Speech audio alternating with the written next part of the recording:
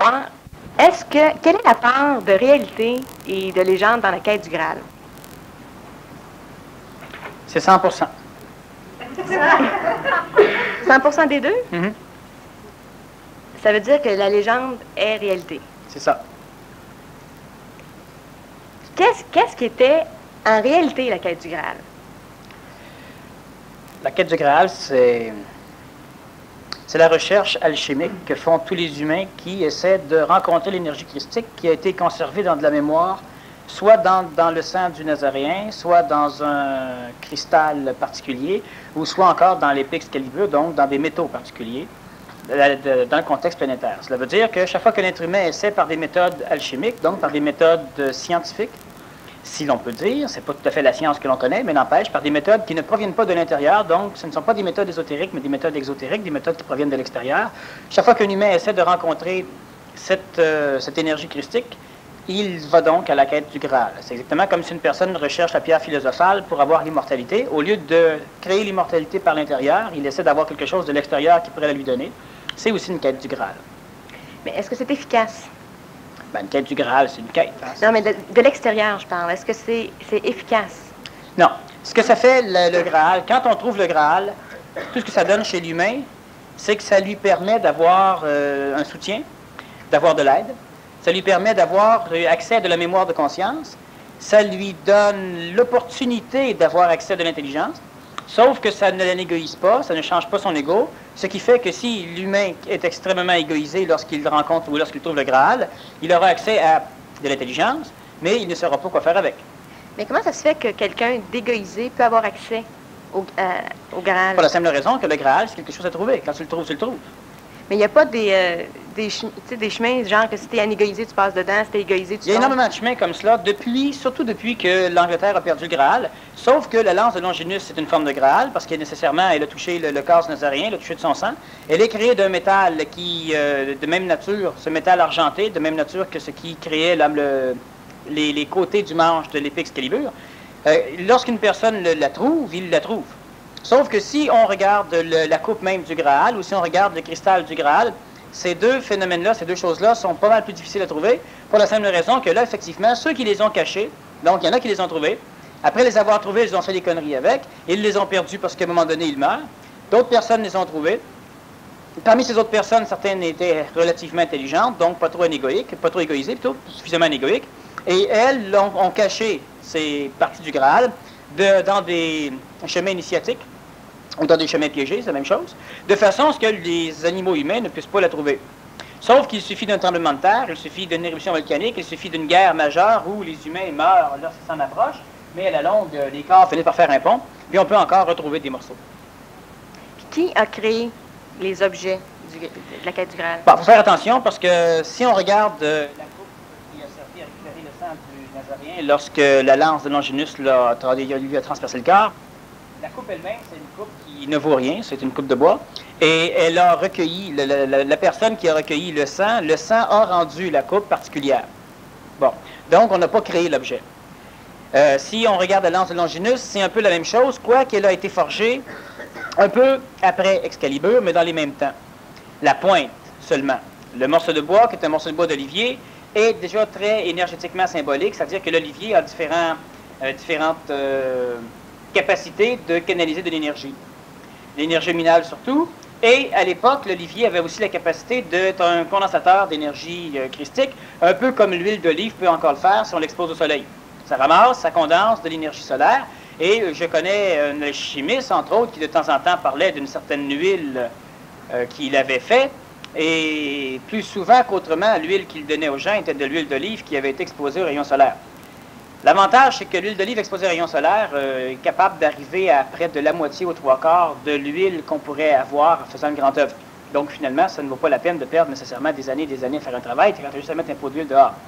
Maintenant, lorsque on a créé la lance de Longinus, lorsqu'on a créé la pointe, donc en même temps qu'Excalibur, le morceau, donc la hampe elle-même est arrivée par la suite, les personnes qui ont créé cela, ce sont des Atlantes. Et ce sont des personnages qui travaillaient à essayer de créer des condensateurs d'énergie solaire dans le but d'en faire des armes. À l'origine, on en faisait des centrales d'énergie. Par la suite, on a voulu en faire des armes parce que les Atlantes commençaient à avoir suffisamment d'ego. C'est surtout là que l'ego a pris son essor. C'est là aussi que le sang rouge est apparu. Et c'est pourquoi on parle de la race rouge. Maintenant, lorsque les Atlantes ont travaillé sur ces choses-là, ils avaient accès à des métaux qu'on n'a plus aujourd'hui. Ils avaient accès à l'oricalque, entre autres, donc au plomb, c'est-à-dire à de l'or sans poids, une densité très inférieure à l'or qu'on connaît aujourd'hui, et qui par la suite, par densification et par transformation de terrestrification, cet orical devient le plomb.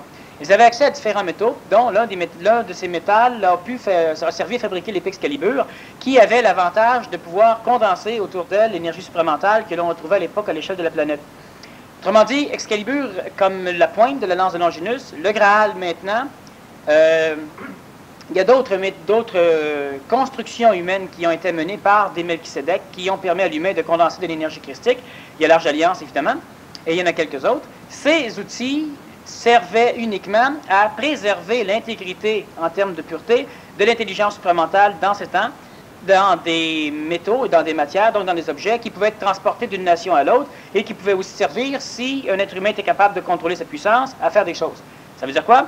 Ça veut dire que si on aurait aujourd'hui un métal ou un objet capable de condenser l'énergie supramentale, comme à l'époque, il y en a, mais ils sont cachés, mais si on en aurait un disponible pour nous, eh bien, l'énergie supramentale qui traîne au-dessus des océans viendrait là, l'énergie supramentale qui traîne en Amazonie viendrait là, l'énergie supramentale qui traîne sur les deux pôles viendrait là. Bref, l'énergie supramentale qui est repoussée par l'énergie astrale des égrégores religieux, nationaux, égoïques, humains, qui donc se retrouvent là où il y a le moins d'égrégores astrales et seraient attirés par ces condensateurs, et ces condensateurs deviennent donc des entités, des mécaniques de puissance ou de pouvoir dépendant de l'individu qui s'en sert. Mais actuellement, est-ce qu'il y en a? Il y en a, sauf qu'ils sont totalement pleins et ils sont plus ou moins perdus. Mais là, on parle des anciens objets, là. Oui. Mais je parle, est-ce qu'il y aurait, pour néotyper, est-ce qu'on peut se faire une quête du Graal actuelle? Non, parce que la quête du Graal, c'est rechercher un objet qui est déjà créé. Donc, on ne peut pas se faire un chemin, par exemple, se faire des condensateurs, comme les Atlantes faisaient des On peut condensateurs. se faire un condensateur, mais se faire un condensateur n'est pas la quête du condensateur. Le Graal, c'est le condensateur. Est-ce qu'on a intérêt à se faire un condensateur actuellement? Bon, il y a des condensateurs qui peuvent se fabriquer. J'ai déjà expliqué comment on pouvait faire un condensateur qui nous permettait de conserver l'énergie qu'on n'était pas capable de digérer. Donc, dans un égrégore relié à une symbolique qui était soit en or, soit en argent, si possible, et qui était attribuable à un être humain en particulier, donc totalement individuel. Le condensateur, il est petit, il sert surtout à ramasser l'énergie que l'humain pourrait perdre si l'humain n'a pas suffisamment de consistance au niveau de sa stabilité mentale pour conserver l'énergie dans son mental. Maintenant, c'est une forme de condensateur. Est-ce qu'on peut fabriquer un condensateur qui aurait la capacité d'attirer l'énergie supramentale de la planète et l'amener ici? On peut, oui. Comment? Il doit être organique. Mais encore? Il doit y avoir du carbone, de l'oxygène, entre autres. Non, je sais, mais est-ce que c'est au niveau national? Parce que là, comme les Atlantes, c'était une nation, c'était une race. Donc, il faut pour commencer... Non, les Atlantes, c'était pas une race. Les individus qui ont fabriqué les Graals étaient Atlantes. Mais ils ne faisaient pas ça au nom d'une race? Non, la race avait il y avait des chercheurs, il y avait des scientifiques qui essayaient de trouver des choses, et puis qui, toujours manipulés par les égrégores de guerre, de toute façon, c'est toujours au niveau des technologies militaires qu'on avance, et eux se sont cassés la gueule. À travers cela, il y a des personnages qui ont évolué un peu plus, comme Noé, comme d'autres, comme Hiram Abith, et qui, eux, ont engendré une science qui était plus alchimique. Et l'alchimie est toujours la quête d'une correspondance humaine, humano-divine, parallèle à une transformation alchimique, donc à une transformation mutatoire d'un élément vil en élément noble. Donc, que ce soit le plomb en or, ou que ce soit un élément ordinaire en Graal, donc en condensateur d'énergie supramentale. Dans l'histoire planétaire, on a des appareils qui ont été créés, qui permettent de concentrer l'énergie humaine, qui permettent de guérir plus rapidement avec une concentration d'énergie minale. Bon, il y a des choses comme ça qu'on a créées. Habituellement, il y a des pierres, il y a des cristaux qui peuvent faire cela. C'est normalement des pendentifs. C'est aussi des talismans. Le talisman a ça comme phénomène, sauf que le talisman, souvent, concentre l'énergie astrale. Cela fait en sorte que l'humain a un peu de potentiel de pouvoir de sorcellerie noire, donc de manipulation dans le monde de la mort. Et on peut avoir aussi des talismans qui permettent la magie blanche, c'est-à-dire qui permettent une magie en accord avec les parties hautes de l'astral. La magie noire est en accord avec les parties basses. Maintenant, aujourd'hui, on peut créer effectivement un condensateur d'énergie supramentale, donc un Graal, mais ce Graal doit être organique. Mais là, est-ce que, parce que je viens de m'apercevoir, je parle de quête du Graal, mais finalement, c'est une quête qu'il faut faire. Même pas. Même pas. Même pas. Mais c'est parce que ça aide à terrestrifier, de faire... Qu'on fasse ou qu'on fasse. C'est ce qu'on fait actuellement. C'est une quête qu'on fait. Non, pas moi en tout cas. Parce que plusieurs personnes qui sont dans l'évolution font une quête. Oui. Ils recherchent le Graal. Certains l'ont trouvé mais ne le savent pas. Et d'autres continuent à le chercher. Et là, je parle au figuré, là. Ils recherchent le Graal au figuré. Oui, au figuré. Mais ça veut dire qu'en réalité, c'est ce qu'ils recherchent, mais ils ne le savent pas. Ils recherchent le Graal. Donc, s'il ne faut pas faire une quête, il faut faire quoi? Il faut construire un Graal. Ce qui revient à ce qu'on parlait du condensateur. C'est ça. Mais là, ça, c'est au propre. Mais au figuré, comment on construit un Graal? Il faut de la matière organique. Donc, c'est la même chose Même chose. que ce qu'on parlait tout à l'heure. Ça veut dire que construire un Graal au propre comme au figuré, c'est la même chose. Sauf qu'au propre, c'est quand tu le sais. Au figuré, c'est quand tu le sais pas. Au propre, c'est quand on devient conscient. Ah oui. Mais c'est parce que ça reste terrestrifié. Ça reste un objet. Du point de vue de l'ego, ce sera un objet. Mais ce n'est pas un objet. C'est quoi? C'est organique. Qu'est-ce que c'est? Qu'est-ce que c'est organique? Ouais, qu'est-ce que c'est? Est-ce que c'est organique? Quelque chose d'organique, c'est quelque chose qui peut contenir de la vie. Oui. Alors, le prochain Graal et les Graals qui existent présentement, les Graals néotypés, sont des Graals en construction, sont des Graals qui sont des êtres humains. Bon. Ben, c'est ça. Ça peut être une plante et un être humain. Je dis une différence entre les deux. Donc mais c'est ton corps qui devient le Graal? Et là, il faut que tu transformes ton corps en matière vile, en matière noble. Ben, c'est ça. Ton corps est déjà vil, ça c'est réglé. Maintenant, il faut le transformer en matière noble. Puis, mais là, c'est ça, c'est parce que là, il faut qu'il y ait une quête. Il n'y a pas de quête. On doit construire un Graal. On ne doit pas faire la quête du Graal. Plusieurs font la quête du Graal.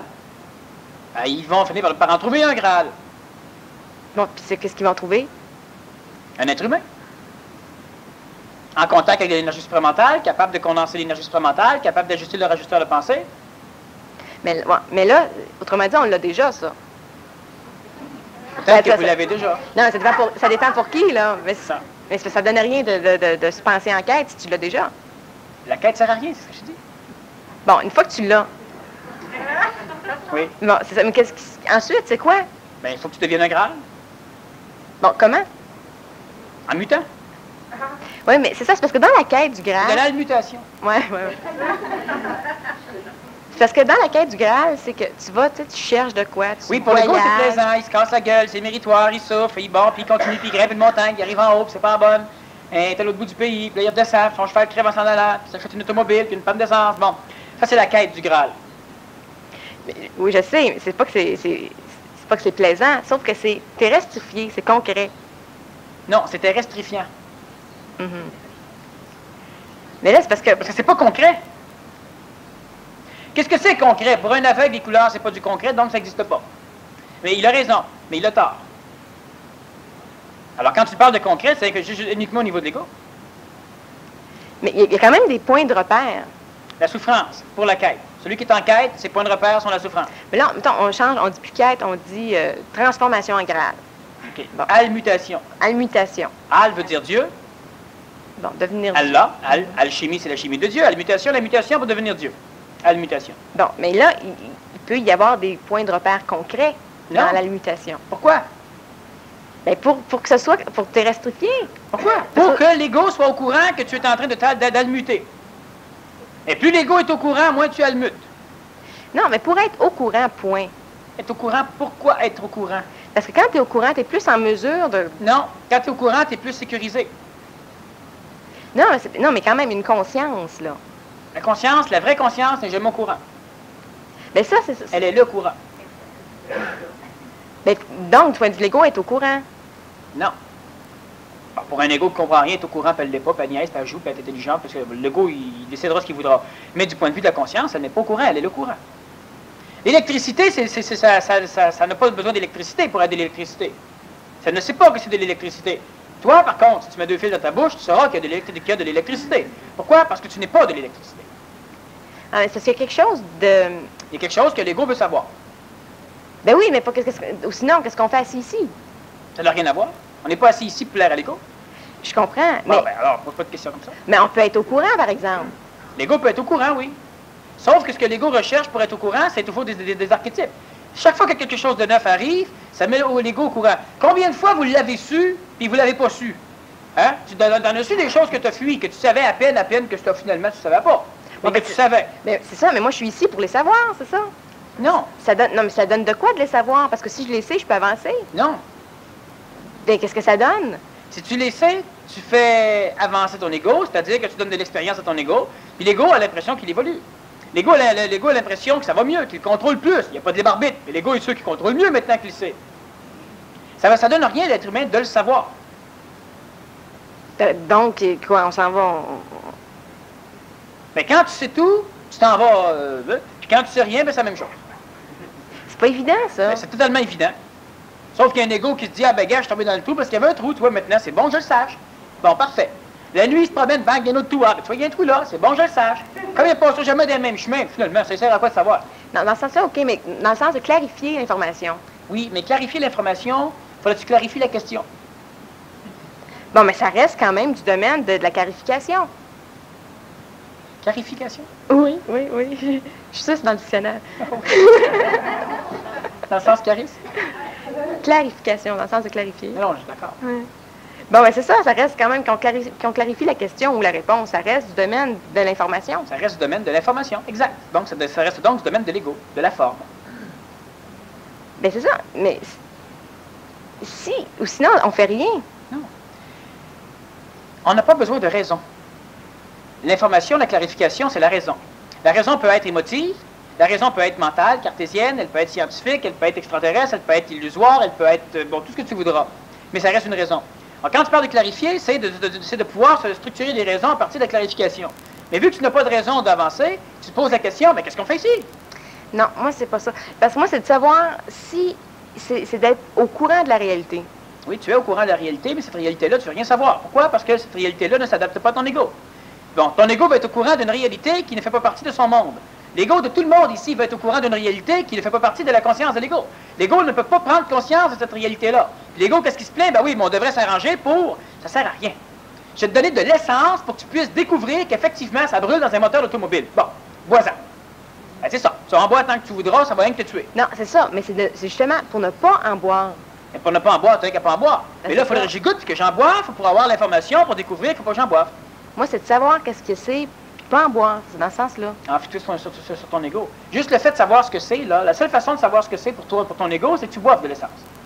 C'est la seule façon. Non, moi, je peux facilement me transporter dans l'autre plan où c'est... Oui, sauf que j'aurai plus de questions à te poser. Ben, c'est sûr. C'est dans ce sens-là que ça marche plus, là. Et ça me fonctionne quand même. Comment ça fonctionne? Ça fonctionne uniquement parce que tu dis que ça ne fonctionne pas parce que c'est donné au type, parce que tu n'y as jamais été. Parce que l'ego, il se rend compte que placé dans ce plan-là, l'ego ne pourra pas rien faire. Alors l'ego en déduit, j'aurai aucune question à poser. Comme l'ego peut en déduire, j'aurais pu rien comprendre. Il y aura raison. Mais ça n'empêchera pas qu'il y aura des questions qui vont se poser, puis il y aura des réponses qui vont se donner, puis il y aura de l'énergie qui va être communiquée, de l'énergiopathie, mais il n'y aura pas nécessairement de l'information. De l'égopathie. Non, mais quand même, ça va être... bon, OK, information, le mot n'est pas juste, mais il est quand même juste. Parce que ça évident, ça dépend du point de vue que tu te places. Oui, c'est ça, parce que ça reste quand même... Du point de vue du scientifique, de la merde, c'est uniquement des molécules. Du point de vue de celui qui a faim, c'est de la merde. C'est plus des molécules. Il y a du carbone, il y a de l'oxygène, il y a de l'hydrogène, même chose que dans une pomme. Mais c'est pas structuré de la même façon. C'est ça, mais le fait qu'il sache que ce soit des molécules, c'est ça qui reste de l'information. Oui, mais ça lui sert à rien. Non, ça, d'accord. Voilà, donc, ça sert à rien de perdre notre temps à chercher de l'information. Comme ça. La seule information qui est utile, c'est de l'information qui nous permet de communiquer de l'énergie. L'évolution, la compréhension, donc la mutation, c'est la capacité de s'énergifier. La capacité de s'énergifier, c'est la capacité d'appliquer. Appliquer ne veut pas dire appliquer consciemment des choses. Ça veut dire que les choses s'accomplissent d'elles-mêmes. Ça, c'est appliquer.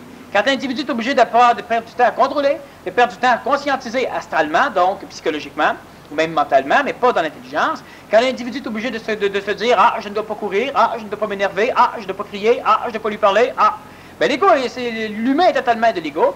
L'ego est totalement involutif, donc il y a de l'égoïsation, il n'y a pas d'anégoïsation. Le chemin n'est pas facile, le chemin est difficile. L'humain peut conserver l'idée qu'il a les barbites parce qu'il contrôle des choses alors qu'il ne contrôle rien. Il ne fait que s'illusionner de faire des choses qu'il aurait de toute façon faites parce qu'il reste encore animal et égoïque. La communication, quand on échange des mots, le point important dans la communication, c'est uniquement l'échange énergétique. L'échange énergétique, c'est que par les mots, le temps que je leurre ton ego, eh bien, l'énergie passe. Je suis pleinement d'accord avec ce que je tu viens de dire.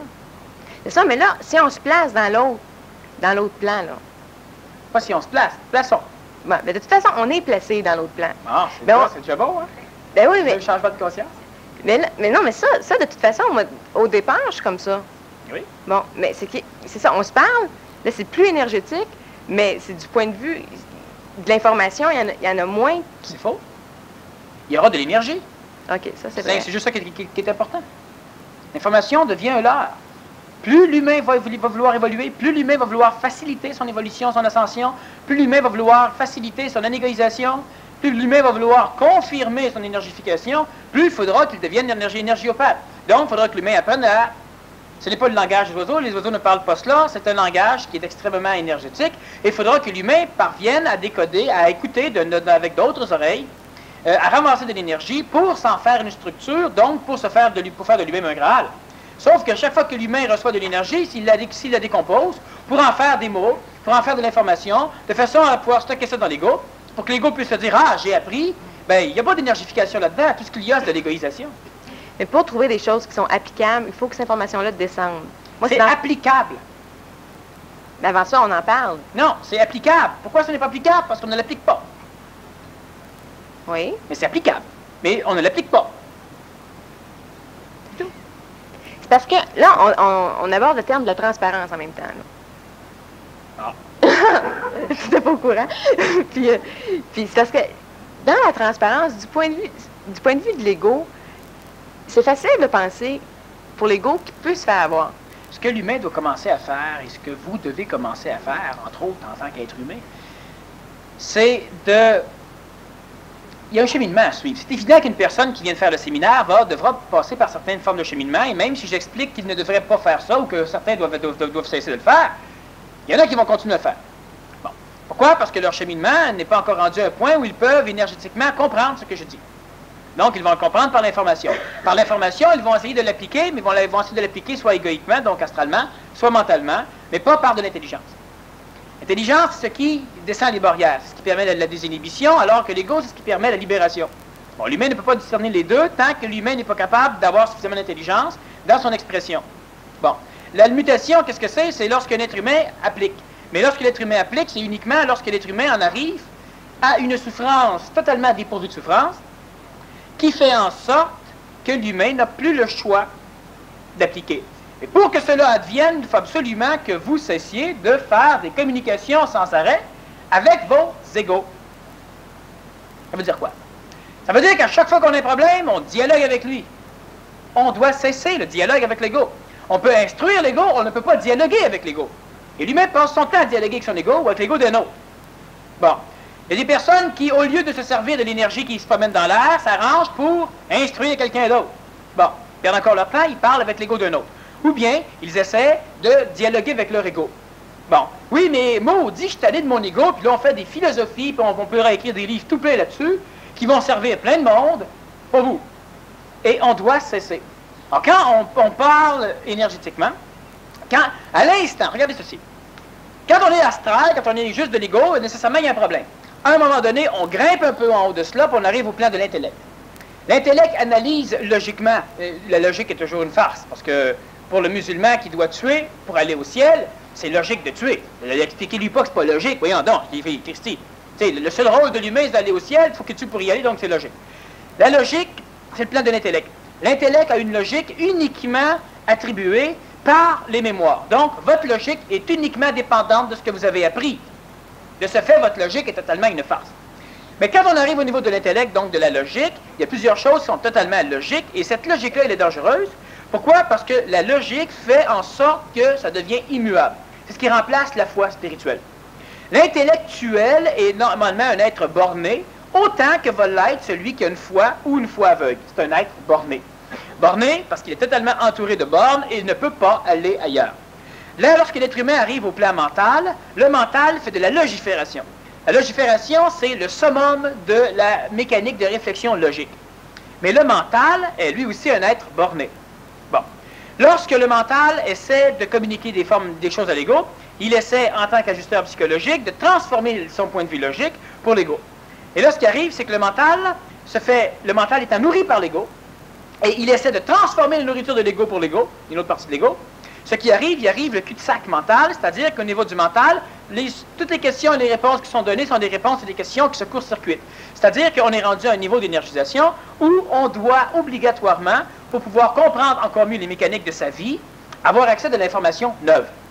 Cette information neuve, elle peut provenir d'un ajusteur collectif, ça peut être moi, elle peut provenir d'un ajusteur individuel, mais elle ne proviendra pas de l'ajusteur individuel tant que l'être humain voudra continuer à être mental.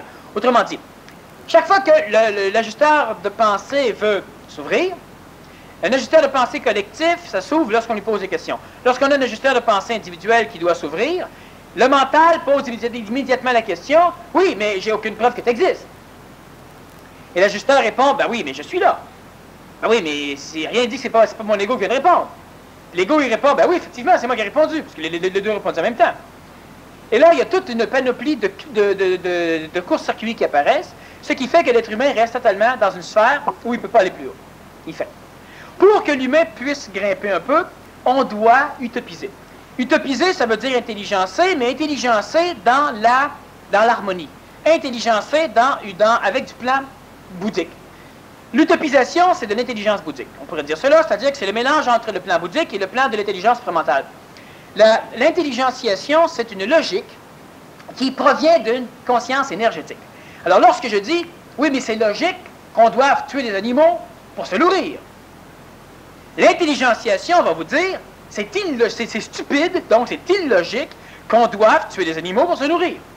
Mais je comprends qu'on est obligé de tuer des animaux pour se nourrir, pour se mourir, c'est ce que je veux dire, uniquement parce qu'on est dans un cercle de prédateurs et que nos corps physiques sont des corps de prédateurs. L'intelligence a choisi un corps de prédateur plutôt qu'un corps de prédaté, c'est quand même mieux, remarque, pour s'exprimer. Mais l'intelligentiation va dire que c'est absurde. Mais la logique du mental va dire, ben non, c'est comme ça. Et c'est pourquoi on arrive à l'intelligentiation. Mais l'intelligentiation a rarement de l'esthétique qui amène ce qu'on peut appeler de l'amour, mais ce n'est pas de l'amour. On cherche encore le mot. Et lorsque l'intelligentiation est capable de toucher à l'utopisation, là, on a une intelligence capable d'aimer. Donc, on a une valeur tout à fait nouvelle du phénomène de l'intelligence. C'est-à-dire que Moïse n'a pas connu cela, le Nazaréen n'a pas connu cela, Lazare non plus, puis tous ceux qui ont eu le contact avec l'intelligence jusqu'à date, y compris tout le monde sur le plan planétaire actuellement, sauf moi, entre autres, pour l'instant, ces êtres-là n'ont pas eu de contact d'intelligence avec le plan bouddhique, donc ils n'ont pas eu la capacité d'utopiser les choses. Maintenant, c'est évident que quand je prends le mot « utopiser », c'est un mot qu'on ajuste à partir d'un mot inventé par un bonhomme qui a écrit un roman là longtemps, et c'était « utopia », qui était la description d'une société parfaite. Et par la suite, le mot est resté dans le sens, une utopie, c'est quelque chose de merveilleux et de parfait qu'on n'aura jamais. Utopiser, c'est un peu la même chose, c'est quelque chose d'extraordinaire qu'on n'aura jamais. Sauf qu'effectivement, l'utopisation provient du mélange exprimé entre le plan bouddhique et le plan de l'intelligence, mais l'ego n'aura jamais ça. Donc, on ne peut pas utopiser à partir de l'ego, quoique, habituellement, l'utopisation nourrit l'ego. Mais elle nourrit la partie homme de l'ego, donc la partie femme ou la partie jeune de l'ego, mais elle ne nourrit pas la partie anti-homme de l'ego. Ce qui fait que c'est une égoïsation facilement anégoïsable, parce qu'à l'instant où ce sera le temps de s'anégoïser, cette partie-là va, avec joie, s'anégoïser. Donc, l'utopisation, c'est la méthode qui doit être employée pour supplanter le court-circuit mental.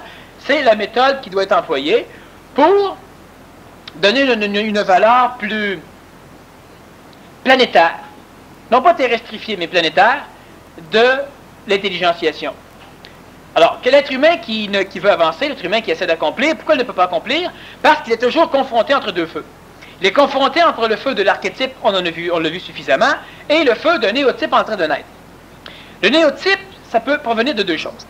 Le néotype, c'est une forme que tu es en train de créer qui est totalement neuve dans un contexte planétaire. Mais le néotype, c'est aussi une forme totalement neuve qui existe déjà, qui peut exister depuis des milliards d'années, mais qui est en train de pénétrer ton ego. Et pour l'ego, cette forme ne peut s'adapter à quoi que ce soit dans l'ego. Pour l'ego, c'est aussi une utopisation. Donc, un néotype. si moi j'amène un néotype, pour plusieurs égos, ce sera difficile de les admettre. Et pourquoi? Parce que pour l'ego, c'est un néotype, en même temps que pour la conscience, c'est un néotype. Conscience planétaire, donc la conscience mémorielle astrale. Pour que l'être humain parvienne à accomplir, c'est simple. Tout à l'heure, je te disais, tout ce qu'il y a, c'est de le faire. Mais on ne le fait pas. C'est ça. Tout ce qu'il y a, c'est de l'accomplir, et c'est facile de l'accomplir. Mais il y a une immense barrière, l'inhibition. L'inhibition, c'est la partie énergétique qui sépare l'animal de l'autre. Autrement dit, l'inhibition, c'est la carte de membre qu'il faut pour traverser du côté de l'évolution solaire pour laisser l'évolution lunaire. Bon, l'être humain doit supplanter par l'intelligence, il doit supplanter par l'amour, donc il doit supplanter par l'intelligence du cœur, par l'utopisation, il doit supplanter, écraser, dominer l'inhibition. Lorsque l'humain se libère, l'humain essaie de s'associer à la valeur émotive d'une utopisation. Donc, l'humain a l'idée énergétique, mais à peine perceptible dans sa conscience, d'un monde meilleur. Et parce que l'ego y goûte un peu, l'ego étant impatient, l'ego va donc libérer différentes formes, c'est-à-dire que l'ego va maintenant démolir les canaux qui permettaient le contact avec l'intelligence pour que tu redeviennes animal avec la mémoire du paradis. Alors là, la mémoire du paradis, qui est ce que l'humain va rechercher, quand on parlait des Graals, à un moment donné, c'est un peu comme cela, c'est-à-dire qu'il a de l'ego, mais il a la mémoire du paradis, la mémoire de la conscience, la mémoire de l'intelligence, la mémoire de la puissance, et là, il va essayer de créer le paradis, donc il se libérera pour avoir des symptômes secondaires similaires à ce qu'une personne désinhibée vivrait. La nuance, c'est que le cadre énergétique, donc l'écosystème qui entoure un être désinhibé, n'est pas le même écosystème qui entoure l'être libéré. Dans l'un des cas, il est totalement pollué, dans l'autre cas, il est totalement pur. Pour que l'être humain parvienne à la mutation, il doit implicitement se permettre, ça veut dire s'autoriser, se risquer à être naïf. Ouais. Bon. Ah, ça c'est là. C'est pas là, c'est le début. Non, mais c'est... Ouais, en tout cas. Sauf qu'on ne peut pas, et quand je dis être naïf, c'est pas de faire confiance au banquier. C'est de te faire confiance à toi. Ça va bien, ça. Non, ça va pas bien. Oui, ça va bien si t'es tout seul. Toi, moi, je sais qui je suis. Mais c'est même pas tout à fait vrai. Ben, t'en as une perception vibratoire. En tout cas, j'en ai une bien plus grande que de certains autres. Si moi, je projette ce que je suis chez les autres, c'est ça pour moi être naïf. Mm-hmm. Si je projette ce que je suis chez les autres, qui sont pour la majorité pas aussi purs que moi, bien c'est là que si je me fais avoir, je ne serai pas plus avancée. Uniquement parce que tu n'es pas encore suffisamment pur. Pourquoi? Parce que tu projettes le clou et le marteau en même temps. C'est vrai et c'est faux. Alors on te crucifie. Non, c'est vrai. Parce que, oui, mais j'ai quand même la perception que je suis plus pure que la majorité. Oui, puis tu leur dis en même temps, je suis tellement pur, et ça va tellement nuire, et ce que vous avez à faire pour me prouver que ça nuit, pour m'empêcher d'être pur, puis d'exprimer des cochonneries, bien, vous avez juste à faire ceci, cela, cela. Tu exprimes tout ça en même temps. Alors, nécessairement, ben, les égos s'en servent. Et les égos s'en servent. Et comme ils s'en servent, eh bien là, ils te remettent ça en plein visage, ce qui, pour ton égo, fait dire, être pur veut nécessairement dire c'est dangereux dans notre société. Oui. Et c'est pourquoi la majorité ici, vous pourriez appliquer, mais vous n'appliquez pas au nom de l'archétype collectif et au nom du fait aussi qu'on n'est pas capable de discerner dans ce que nous sommes la pureté de l'impureté. Donc, exprimant les deux, ben, nécessairement, tu dis je suis là et en même temps, faites tout pour que je n'y sois plus. Où c'est faux, c'est que je ne l'ai pas encore assez vécu. Je ne l'ai pas vécu finalement, pour le savoir. Non, mais pourquoi tu ne le vis pas uniquement parce que tu sais que c'est vrai? Non. Ben oui, tu en as pas. C'est différent. Ben oui, mais c'est parce que tu sais que c'est vrai. Non, c'est que peut-être c'est vrai, peut-être c'est faux. Oui, mais ton ego, il sait que c'est vrai. Parce que pourquoi? Parce qu'il préfère continuer à rester pogné avec. Tu sais, quand tu as 50 chances sur 50, puis que finalement tu prends qu'une tout le temps, c'est que celle-là n'est pas 50, c'est 75. Ouais, mais, l'ego, il donne plus de valeur, ouais, donc c'est vrai. Ouais, OK, mais c'est quand même pas 50-50. Ben non, c'est sûr, ton ego, il considère que c'est 80% des chances de te faire avoir, puis 20% des chances de réussir. Fait qu'il préfère rester dans l'attente. Et qu'est-ce qui arrive? Ben quand vous serez tous évolués, ah ben là, elle pourra évoluer. Et ça, c'est Mais moi, c'est parce que c'est aussi au niveau de la gestion énergétique. C'est que si... C'est tout vrai et c'est tout faux ce que tu dis. C'est tout vrai parce que l'ego mental et l'ego intelligent, donc intelligence en même temps que l'ego, communiquent de l'information. Et c'est ce que je veux bien que l'on comprenne, c'est que les choses étant exponentielles, il y a des individus qui approchent de l'aboutissement. Bon, il y en a dans la salle ici, il y en a qui ne sont pas ici. Il y a des individus qui approchent de l'aboutissement. La problématique, c'est que plus tu approches de l'aboutissement, plus perceptible devient la barrière, elle est de moins en moins puissante, et parce que ta vision d'elle est de plus en plus grande, tu ne vois pas qu'elle a diminué. Hein? C'est comme s'il y a une armée là-bas, une armée au bout, toi tu veux traverser la frontière, tu vois 30 canons, plus tu approches, plus on élimine des canons, mais finalement tu arrives nez à nez avec le seul canon qui reste. Oui, j'avais compris. Bon, alors oui, mais quand même. Alors ce qui fait que c'est diminué, c'est beaucoup plus facile, mais égoïquement, tu ne le sais pas.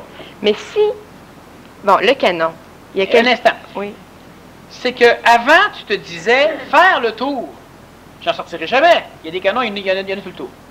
Quand tu arrives face à face avec le canon, tu n'es pas pour faire le tour. Pourquoi? Mais tu le sais que ça ne servira à rien.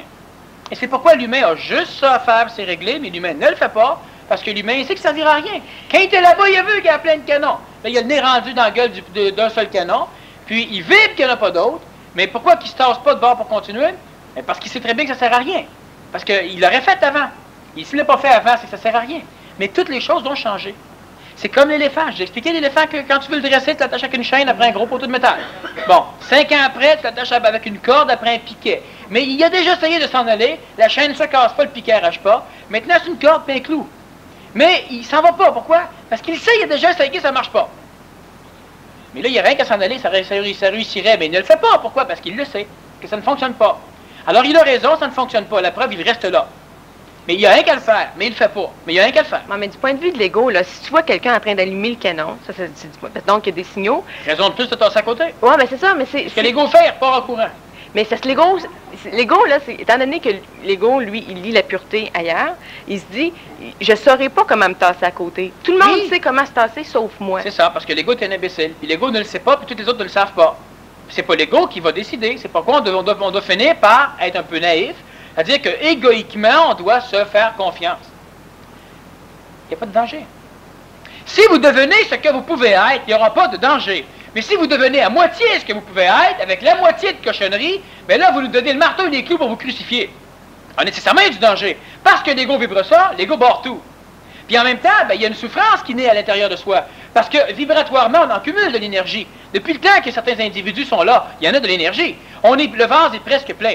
Mais on peut se libérer le vase à moitié plein. Mais on ne le fait pas, manque d'énergie. Alors on remplit. On arrive à un point où on se dit, à un moment donné, l'énergie va couler, puis je serai toujours pas libre, ou désinhibé. Je serai toujours pas moi-même dans ma conscience, parce que j'ai peur qu'il faut que le verre tombe. Jamais. Et là, je me dis, il pourrait tomber, là. Hein? Le centre de gravité est monté. C'est bien plus facile à renverser que si c'est en bas. Mais là, je ne veux pas. Je continue. Et là, ce que je me dis, mais à un moment donné, ça se met à déborder, puis je ne tombe pas. C'est comme si toute la mécanique évolutive que je connaissais ne s'applique plus pour moi. Je ne peux pas quand c'est plein. On ne peut pas monter plus. Je ne tomberai donc jamais. C'est-à-dire que je ne passerai jamais la courbe des inhibitions. Et ce qui arrive, c'est que l'humain, s'énergisant, il grimpe. Et plus il grimpe, plus la souffrance devient pénible, parce que plus il grimpe, plus énergétiquement, nourri par l'ego, il a peur que ça mène à rien. Ou que ça mène à pire. Non, c'est pas à pire. Non. Lui, ce qu'il a peur, simplement, c'est que ça, moins vide, donc je prends un peu d'énergie, je la replace à sa place, il a peur qu'avec pas assez d'énergie, s'il finit par tomber, qu'il devienne extrêmement faible. Donc à pire. Oui, c'est exactement. C'est qu'on monte, après ça on redescend et on revient. Dans la désinhibition, tu redeviens comme celui qui est libéré spirituellement, mais tu ne l'es pas. Comme celui qui est libéré physiquement, mais tu ne l'es pas. Comme celui qui est libéré matériellement, mais tu ne l'es pas. Comme le naïf ou la naïve, mais tu ne l'es pas. Comme le fou, mais tu ne l'es pas. C'est ça. Et lui, ce qu'il a, c'est qu'il a peur de cela. Parce que le fou, on ambitionne sur lui. Le naïf ou le naïf, on le manipule à outrance. Mais il y a une chose, vous avez de l'intelligence. Vous êtes naïf, on ne pourra pas vous manipuler à outrance. Mais ça, l'ego ne le sait pas. Archétypalement parlant, tout ce que ça donne, il se fait avoir. Et donc, l'ego ne le sait pas. Et ça crée une souffrance qui est idiote, parce que l'humain, plusieurs personnes en sont rendues là. C'est-à-dire qu'ils peuvent maintenant accomplir. Évidemment, il reste peut-être, l'intelligence doit continuer à venir ôter des clous dans la barrière de l'inhibition. Cela veut dire engendrer un climat de confiance. Premièrement, entre ce que vous êtes et la mémoire de ce que vous êtes, donc entre l'intelligence et l'ego, un climat de confiance là. Et par la suite, un climat de confiance, probablement pour finaliser le baptême, donc l'énergification, il devra rencontrer un autre individu avec lequel il pourra établir un climat de confiance, mais pas un climat de confiance dans le sens, tu ne parleras pas de ce que je t'ai dit, parce que j'en sais autant sur toi que tu en sais sur moi. Non, c'est ça. Donc, je suis en confiance, l'autre ne peut pas me trahir parce que j'ai des photos d'elle que j'ai publiées, ça me trahit. Ça, c'est le climat de confiance astral. L'autre climat de confiance, c'est un climat d'esthétique. Donc, c'est un climat utopique, encore une fois. Mais ce climat d'utopisation, dans l'utopisation, on peut le découvrir, on doit utopiser, on doit en parler, on doit finir par se dire, mais c'est niaiseux qu'on ne puisse pas. Ça, c'est de l'intelligentiation pure. Elle instruit l'ego. C'est-à-dire que le mental égoïse l'ego, il énergise l'ego dans des communications qui sont sans fin. L'intelligentiation finit par te faire dire, c'est ridicule. Et là, les deux mentales vont être d'accord, oui, c'est ridicule. Les deux mentales vont être d'accord, oui, mais on fait quoi? Les deux mentales vont être d'accord, on ne peut pas rien faire. Et là, on doit continuer à utopiser. C'est ce qui amène de l'énergie, par en haut et non plus par en bas. Alors, si l'ego ne s'anégoïse pas suffisamment, on n'a plus rien à foutre. On est en contact avec de l'énergie qui provient du haut. Celle-ci va amener l'amenuisement de l'ego. J'ai déjà expliqué ça à un moment donné dans un PMC+, là, quelque temps. Où l'astral, l'ego, lorsqu'ils font la négoïsation, il prend plus de puissance, il se réchauffe, mais il donne de l'énergie au mental. Le mental, grossissant, perd un peu en chaleur, perd de puissance, mais il est plus gros. Mais étant plus gros, il a une gravité, il attire de l'énergie supramentale. Lorsque l'énergie supramentale descend suffisamment chez lui, l'ego continue à s'anégoïser, il nourrit le mental, refroidissant le mental, l'ego s'égoïse, grossit, grossissant, il perd en chaleur, donc il perd en puissance. Mais vu qu'il y a de l'énergie qui nourrit le mental lui continue à grossir, même si l'ego maintenant est rendu à ce stade de la mutation, même si l'ego n'est plus un être qui va être condescendant dans ton évolution mentale ou intelligente, ça ne dérange plus. Cela veut dire que l'individu capable d'utopiser est rendu à un point où que son ego, là, il n'y en a plus rien à foutre. L'anti-homme va finir par se pousser. Pourquoi? Parce qu'il n'a plus besoin de l'énergie amenée par l'expérience de l'ego. Elle peut servir, peut être utile, mais il n'a plus besoin de l'énergie amenée par l'expérience de l'ego. Il a maintenant un contact avec de l'énergie qui provient d'un plan bouddhique et d'un plan d'intelligence. Et l'avantage chez celui et celle capable d'utopiser, c'est qu'il confirme qu'il a un contact avec le plan bouddhique et le plan d'intelligence. Cela va faire en sorte qu'il ne peut plus devenir un martyr de la transition supramentale. Il ne peut plus rester sur la corde raide. Il va nécessairement s'en aller là vers l'âge d'or, c'est-à-dire vers l'initiation solaire facile, plaisante. Mais c'est comment que tu as la confirmation de ça? Si tu es capable d'utopiser, sans brailler. Si c'est de l'utopisation astrale, cela veut dire que tu te nourris des parcelles d'utopisation créées par d'autres, donc des néotypes. Parce que l'utopisation, c'est un néotypage. Si l'ego s'en nourrit, comme par exemple, je parle à un moment donné, bon, il y a eu le village off-sod, on a parlé un peu. Il y a des personnes qui voulaient absolument essayer, ça c'est de l'égoïsation off-sick. Alors je les ai laissés aller. Et bon, ben, si ça fonctionne, tant mieux, si ça ne fonctionne pas, non. Et à un moment donné, ben, ça ne va pas.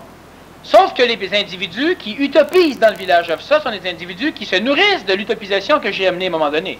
Et là, il y a toujours des déceptions, des craintes, des désirs, de l'accélération, de l'impatience, il y a de l'ego. Bon. Et parce qu'il y a de l'ego, même si le paysage est parfait, à cause du facteur humain, tout est là au complet. Alors on pourrait bâtir la ville, bâtir le village, et mettre les individus les plus évolués là-dedans, puis 2 mois après, ça recommençait. Bon. Pourquoi? Parce que leur quête est aboutie, ben maintenant l'ego ne sait plus quoi faire, l'ego s'ennuie, puis l'ego, ben, il commence à y aller. La vraie utopisation est une utopisation qui t'énergise. Donc, c'est une utopisation qui ne vous déprime pas. La vraie utopisation est une utopisation où vous réincarnez des mémoires de l'avenir, où vous réincarnez, vous attirez chez vous, donc vous incarnez, non pas réincarnez, de l'énergie bouddhique et de l'énergie d'intelligence, c'est-à-dire qu'il y a de l'esthétique, il y a le plaisir de vivre. Ça ne se calcule pas, ça ne se mesure pas. Je dis le plaisir de vivre, mais les mots ne sont pas vrais. Mais pour que l'ego puisse comprendre, il n'y a pas de mots là-dedans, on n'a pas besoin de mots quand on est rendu à ce niveau-là. Mais il y a l'intelligence du changement, le plaisir du changement. Il y a l'intelligence de l'entretien, par exemple, du corps physique, le plaisir, mais pas le plaisir, oui, c'est parce que je pogne plus. Il y a un plaisir énergétique, ondoformique dans cet entretien. Il y a, bon, ça c'est de l'utopisation. Dans l'utopisation, on parle toujours d'un paradis. Paradis, qu'est-ce que ça veut dire? Ça veut dire que tout matériellement est parfait, mais que tout psychologiquement est parfé, que tout astralement est parfait, que Dieu est ton ami, que le serpent vient te licher les deux mains. Mais une langue fourchue. Licher deux mains. C'est le paradis. Sauf que pour l'ego n'y croit pas. L'ego, tout ce qu'il fait, c'est qu'il recherche le paradis et il fait tout pour le fuir en même temps. Pourquoi? Parce que lorsque l'ego rentre dans le paradis, il ne le sait pas. Mais est-ce qu'il va y avoir des martyrs de la transparence? Non. Par exemple, du monde qui deviennent tellement purs qu'ils ne sont que de la nourriture pour les autres. Non, parce que s'ils sont tellement purs, ils ne peuvent pas être de la nourriture pour les autres. Pourquoi? Parce que l'essence n'est pas de la nourriture pour l'être humain. Tout ce que les gens vont savoir, c'est que si on te baisserait en énergie, tu serais l'aliment le plus parfait. Donc, ils t'aiment. Astralement. Mais parce que tu es l'énergie que tu es, et que quand ils te goûtent, tu les brûles, ils te craignent. Et on appelle cela le respect forcé. Donc, ils deviennent inhibés. Le vrai respect, c'est le respect par l'intelligence. Le respect forcé, ce que l'humain vit, c'est le respect par l'inhibition. Donc, il devient inhibé. Un être humain totalement transparent, totalement pur, il n'y a pas de danger pour lui. On se met à genoux devant lui. L'utopisation énergise. Oui. Mais comment est-ce qu'elle peut énergifier? Ben, elle énergifie. Quand l'être humain est rendu à un potentiel suffisant d'énergisation, exactement comme comment la chaleur, ça réchauffe l'eau. Mais comment ça la fait bouillir? Ben, ça la fait pas bouillir. Ça passe à 5 degrés, 10 degrés, 20 degrés, 30 degrés, l'eau ne bouille pas. 50 degrés, l'eau ne bouille pas. 60 degrés, 80 degrés, 90 degrés, 99 degrés, l'eau ne bouille pas. Puis là, ben, t'éteins le feu, ça vaut pas la peine, c'est le farce. Sauf qu'à 100 degrés, pouf, tout éclate, l'eau bout.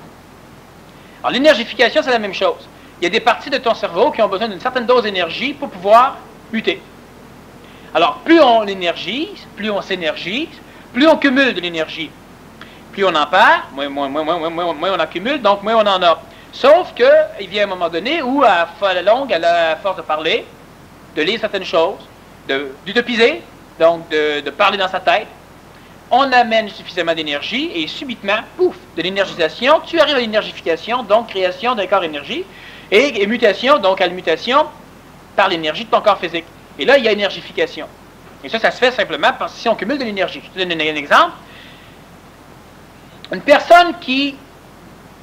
Ben, c'est vrai, prenons-nous deux. Si tu cesses de me côtoyer pendant 1 an, tu vas perdre en énergie. Bon. Et vice-versa. Si on se côtoie plus fréquemment, tu gagnes en énergie. Et plus tu gagnes en énergie, plus tu t'énergifies. Cela veut dire qu'après 1 an de côtoiement, si on se laisse pendant 1 an, il y aura une baisse. Mais elle n'ira pas rejoindre le départ. Autrement dit, tu et nous ne sommes pas tributaires l'un de l'autre. Mais c'est évident qu'il y aura une perte d'énergie quand il y aura séparation. Sauf que cette énergisation-là n'est pas la même chose qu'une personne qui vient têter. Et ce qu'elle cumule, à un moment donné, ça éclate en almutation et ça reste. C'est donc cellularisé. Il y a énergification. C'est la même chose avec n'importe quel personnage ici. Plus vous rencontrez des gens capables d'expression d'intelligence, et plus vous vous servez convenablement de votre capacité d'expression d'intelligence. Il y a plusieurs personnes ici qui se rencontrent de temps en temps, puis tout ce qu'ils ont à se dire, c'est des conneries. Non, c'est pas ce que je veux dire. Les individus qui se rencontrent et qui sont capables d'intelligencer, d'utopiser, de communiquer par l'intelligence, sinon de communier, et ces personnes-là vont nécessairement s'énergifier. Alors, une personne qui, par exemple, ne vient pas à une conférence pendant 1 an, lorsqu'elle se pointe après, elle a l'impression qu'elle est en arrière de tout le monde. Ben, elle n'est pas en arrière, sauf qu'il y en a qui sont rendus plein d'eau là, puis elle a peut-être descendu là. Maintenant, elle peut arriver, peut être au même niveau, ça dépend de ce qu'elle a fait. Mais, normalement, un individu qui se coupe de l'endroit ou des individus avec lesquels il monte, ben, pendant un laps de temps, eux autres continuent à monter. Et pourquoi ils sont à un niveau plus haut à un moment donné? C'est parce que de l'énergisation, ça passe à l'énergification, même si ça ne paraît pas trop. Non, mais en même temps, c'est qu'ils montent, mais ils peuvent aussi ne pas monter, dépendant de qui monte. Donc, ça revient à dire qu'il n'y a pas d'autonomie énergétique actuellement. Actuellement, non. Mais est-ce qu'on va en arriver à une autonomie énergétique dans un corps différencié comme maintenant, là? Bon, qu'est-ce que tu en as à faire? Ben, ou sinon, ça a l'air d'être une éternelle. Donc, autant dire oui. Mais si c'est pas vrai, autant dire la vérité. Donc, ta question ne sert à rien. Parce que, On le sait pas. quelle que soit la réponse, ça ne pourra rien changer. C'est pourquoi je te dis que ça ne sert à rien. Qu'est-ce que tu vas en faire? Non, c'est sûr qu'actuellement, ça sert à rien. Voilà. Non, mais ça se passe, c'est comme tout à l'heure, on disait, ça sert à rien de savoir des choses. Mais là, je quand... t'arrête encore pour expliquer quelque chose. Bon, la question que tu poses, et vous devez comprendre des mécaniques, puis vous allez le devoir aussi, à un moment donné, il y a des personnes, de temps en temps, qui communiquent entre elles comme ça, et l'archétype vient leur dire, bon, mais là, fais niaiser. Parce que là, c'est comme son niaiser, tu me poses une question, je dis que ça ne servira à rien, puis là, finalement, je t'explique pourquoi, là, tu défends ton point de vue, puis, mais t'as tort, puis t'as raison, j'ai raison, j'ai tort, et puis là, c'est comme se tourner en rond. Sauf qu'énergétiquement, on grimpe. C'est ça, la communication, l'énergiopathie. Et ça, on doit aussi, vous devez parvenir à être capable de vivre dans cette utopie de communication. Pourquoi? Parce qu'il n'y a pas d'ego. Donc, il n'y a pas d'obstination. La question ne sert à rien. Si je la donne, on arrête là. Elle ne sert à rien. Et là, pour que tu comprennes, avec ce que tu amènes, pour que je puisse expliquer, puis là, on grimpe. Là, il y a énormément plus d'énergie dans ce genre de communication que dans la communication où il y a questions et réponses. Et comme l'évolution est beaucoup plus tributaire de l'énergie plutôt que de l'information, on doit parvenir à être suffisamment évolué pour se dire, il n'y a pas eu beaucoup d'informations, j'ai rien appris. Et c'est pas pour vos égos non plus qu'on parle.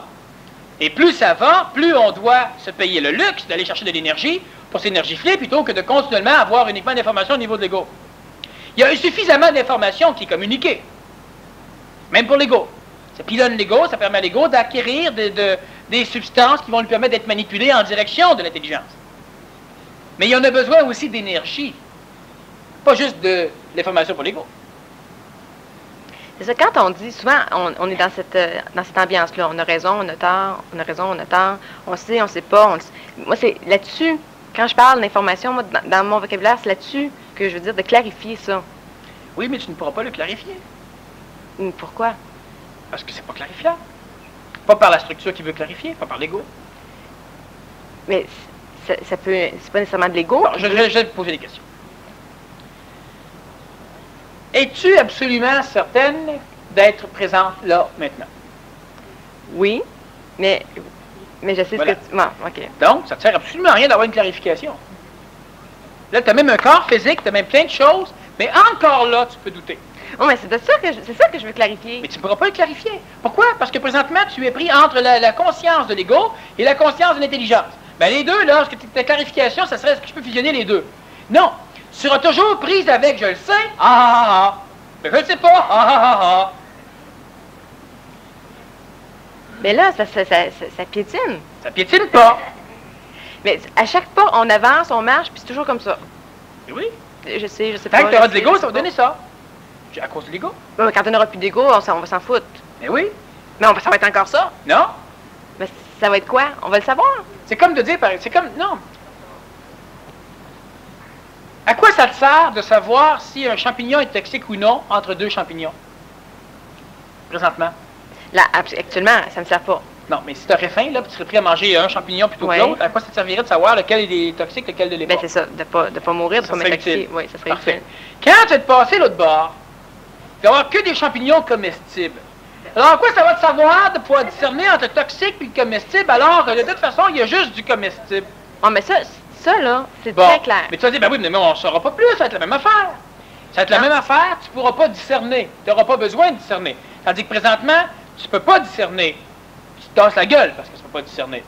Bon, mais Il y a une nuance. Oui, c'est ça. Mais moi, mon questionnement, c'est plus comment savoir que l'autre bord, tous les champignons vont être comestibles? Tu ne pourras jamais le savoir. Parce que ce côté-ci, tu n'es même pas capable de le discerner. Alors, comment veux-tu savoir là où tu n'es même pas, comment ça va être? Puis parce que l'ego ne fait pas confiance à l'intelligence, parce que l'ego ne fait confiance à rien, puis parce que l'ego ne comprend toujours pas qu'il n'y a pas de libre arbitre, même l'information que tu sauras, puis on va te dire, c'est quand il y a un point bleu dessus, ça veut dire ça. Immédiatement, ton mental dit oui. Mais qui dit qu'à un moment donné, il n'y aura pas un point bleu, c'est un mauvais champignon? T'as raison, ça se peut. Si je te dis non, ça se peut pas. Mais qui dit-tu de la vérité? T'as raison, ça se peut. Il n'y a rien à faire. Tu ne peux pas clarifier avec l'ego. Jamais. Non, OK, mais je parle pas nécessairement tout le temps avec l'ego. Tu ne peux pas clarifier. Il y a une partie de toi qui n'en a pas besoin. Oui. Puis la partie qui braille, c'est celle qui en a besoin. Donc l'ego, on ne peut pas clarifier avec l'ego. Alors l'ego, il dit, bon, parfait, clarifie avec d'autres choses. Voilà, ben on clarifie avec l'intelligence, d'accord? C'est clair, c'est net, c'est réglé, tu n'en auras pas besoin. Voilà, c'est clarifié avec l'intelligence. Ton ego, qu'est-ce qu'il en dit? Ben, mon ego... Ben, ça n'a rien changé. Ben, c'est ça. On ne peut pas clarifier avec l'ego. Elle clarifie avec le mental, d'abord. Mais c'est ça que je te dis, clarifier avec l'intelligence. Bon, c'est plus loin que le mental. Ben oui. C'est là que je te dis qu'on se dit plus rien. Ben, exactement. C'est là qu'on devient énergiopathe. C'est là que ça devient pur, c'est là que ça devient simple, c'est là que ça devient plaisant, énergisant, énergifiant. Oui, mais c'est là que je trouve, donc, que pour faire... Pour l'ego. Que pour faire une conférence, il faut que je me baisse. Mais non! Ben oui, faut que je parle, faut que je dise des affaires. Puis si je me place d'un point de vue d'intelligence, je parlerai pas, je t'assis, tout est correct, je sais, tu sais. Non, ça c'est une récupération extraordinairement subtile de ton ego. C'est transmis comme ça parce qu'il faut que je parle. Oui, je sais que c'est transmis comme ça, puis c'est faux. Mais c'est la raison. Parce que présentement, tu te soutiens encore par des raisons. Pendant un laps de temps, mon ego, il disait, oui, mais si on ne pose pas de questions, tu n'auras rien à dire. C'est vrai. Puis à un moment donné, je me suis ramassé avec des intervieweurs ou encore des interviewistes qui n'avaient plus rien à dire. Fait que là, t'as parlé. Puis là, je continue à parler, sans aucune raison. C'était bon, c'était correct, c'était énergisant, c'était correct. Ça allait. Et puis, chaque fois, c'est la même chose. Oui, mais. C'est parce que l'ego n'est pas rendu là. Quand tu es rendu là, ça, c'est bien. C'est pour ça que je dis, à un moment donné, il faut qu'on cesse de toujours vouloir parler avec notre ego, de vouloir le raisonner, de vouloir mentaliser sur la problématique. Il n'y en a pas de problème. Mais il y en a un maudit. Mais il n'y en a pas. Ah ben c'est ça. Mais c'est ça, là, que je veux... Je vais parler de ça. Eh oui, mais parle-en. Mais c'est ça, quand on en parle, Parce que tu n'as pas, et l'astral n'a pas encore la structure pour être capable de communiquer ça d'une façon différente. Ça va venir. Non, mais en attendant, il y a une conférence à faire. Non. Ça, c'est la raison. Ça, c'est la raison pour autoriser. C'est comme si je ne peux pas monter en haut. Alors, ben une chance qu'il ne faut pas monter en haut. Parce qu'il faut que je peinture le mur, là. Oui, mais peinture pas là, monte en haut. Ah oui, mais il y a quand même le mur à peinturer. Ben, peinture-le. Mais tout ça, il faut. Mais c'est intéressant. Ça soulage de pouvoir le dire. Qu'il y a une conférence à faire. Mais c'est pas vrai. Il y a de la musique qui joue, là. Ben oui. Faut que tu dises qu'il y a une pause. Ah, c'est moi qui... Ouais, on dit qu'il y a de la musique. J'attends qu'il y a interview, mais j'attends après toi. Bon, c'est ça, il y a une pause, mais c'est maintenant qu'ils peuvent répondre, qu'ils peuvent poser des questions ou à la troisième? Tout le temps. Bon. Fait que si vous avez des questions préparées, préparez-les. Venez me déposer ça ici. Fait que bonne pause. Un piège à être soi-même. Non, le seul piège qu'il y a, c'est qu'on pense qu'on est soi-même puis on est un autre. Bon, ben c'est ça. Eh bon, ben c'est ça. Une chance, hein, Piou, les gars, ils comptent là, une chance qu'il y en avait un. Eh, maudit. Qu'est-ce que ça aurait été sans ça? Et comment discerner entre les deux? Mais pourquoi, comment discerner entre les deux? Celui qui va discerner, il le sait comment. Puis le cave qui ne pourra jamais discerner, il pose la question. Tu le sais comment discerner quand tu es toi puis quand tu n'es pas toi. Tu le sais totalement. Et vous autres aussi, vous le savez. Sauf qu'on ne sait pas qu'on le sait. Bon, à un moment donné, là, vous êtes triste, vous êtes malheureux, il y a une frustration qui n'est pas une frustration, il y a une souffrance qui n'est pas une souffrance, il y a quelque chose. Ah, mais je pensais pas que c'était ça. Je pensais que c'était à cause qu'il pleuvait. Et on le sait. Comment on va discerner? Tu vas discerner. C'est tellement plus simple, tellement simple.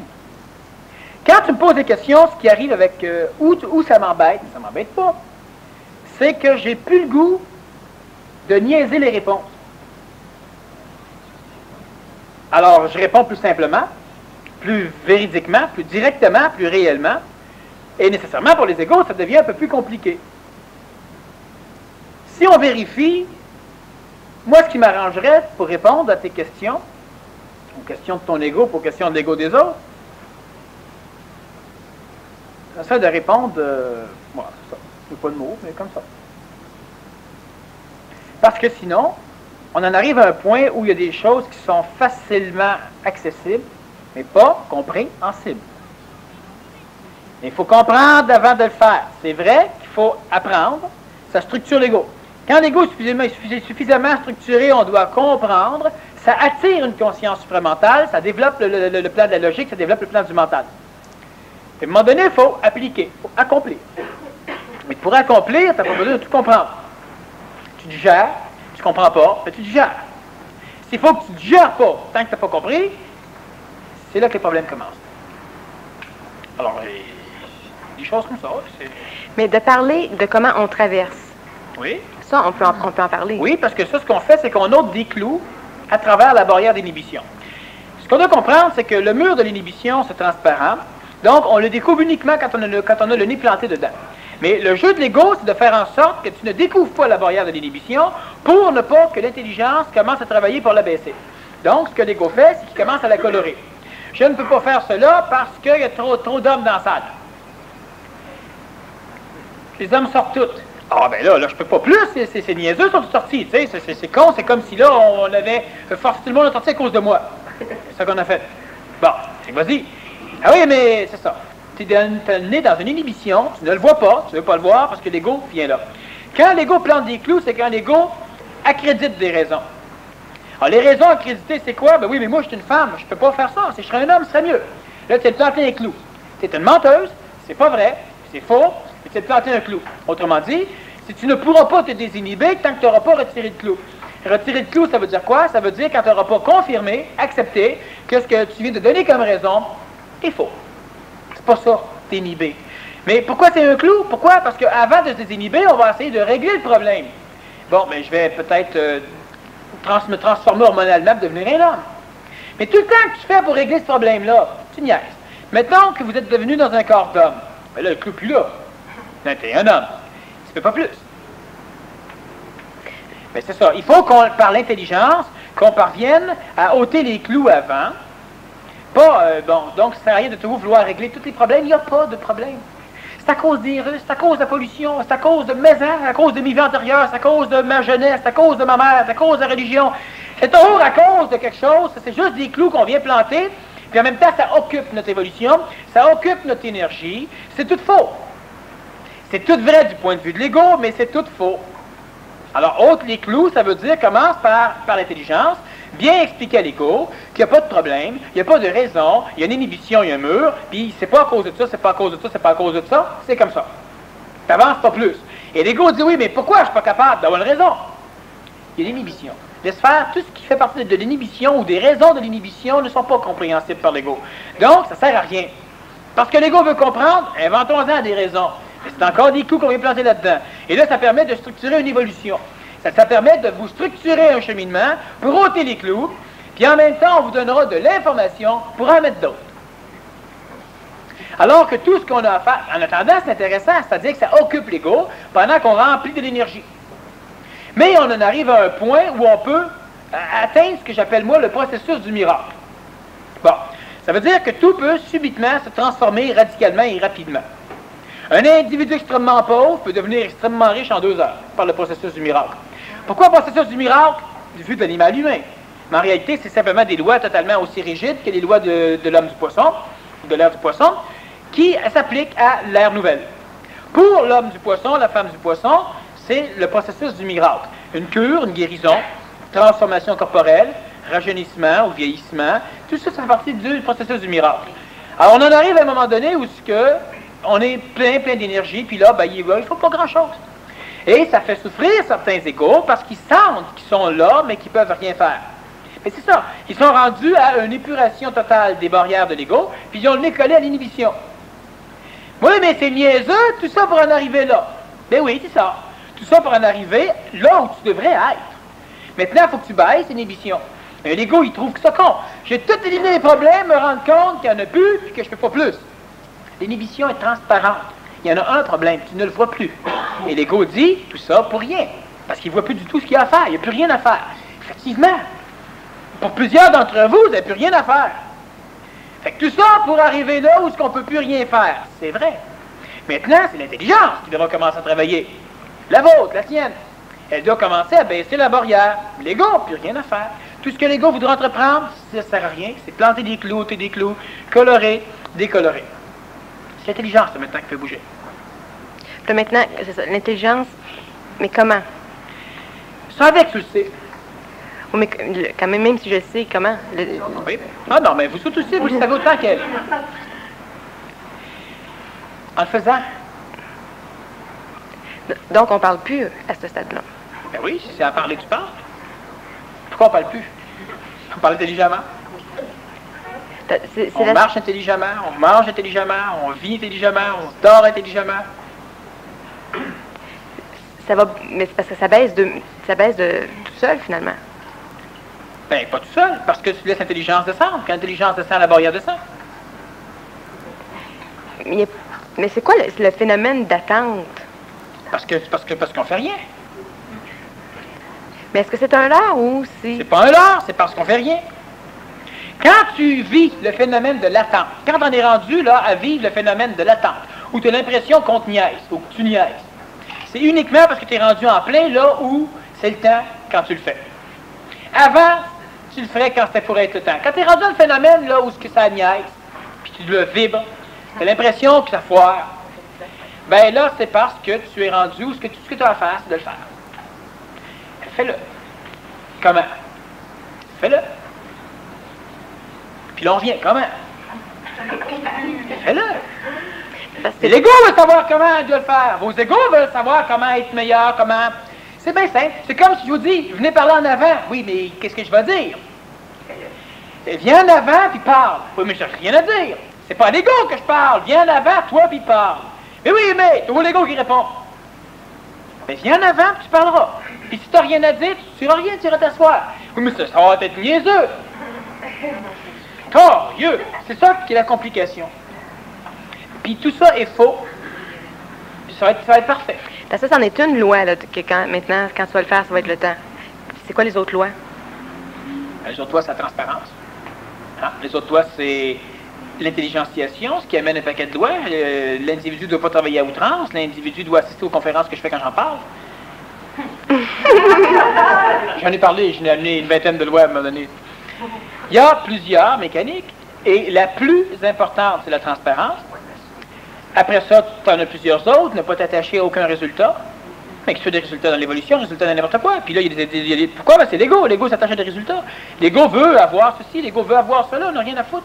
Surtout que t'attacher à un résultat, c'est de cristalliser un avenir, puis probablement que ton trou est juste à côté. Aussi bon, pareil, peut-être mieux, peut-être un petit peu pire, mais similaire. Mais non, l'ego, il s'attache là. Il y a un pissenlit, il va avoir un pissenlit. Quand il va manger le pissenlit, il va se rendre compte qu'il ne digère pas le pissenlit. Et quand il a vu les vaches en manger, il s'est dit, Christy, ils mangent rien que ça, puis sont fortes, j'en mangerais. S'il n'est pas bâti pareil. Alors, c'est pour ça qu'on doit donc se détacher des résultats. Plusieurs choses comme ça.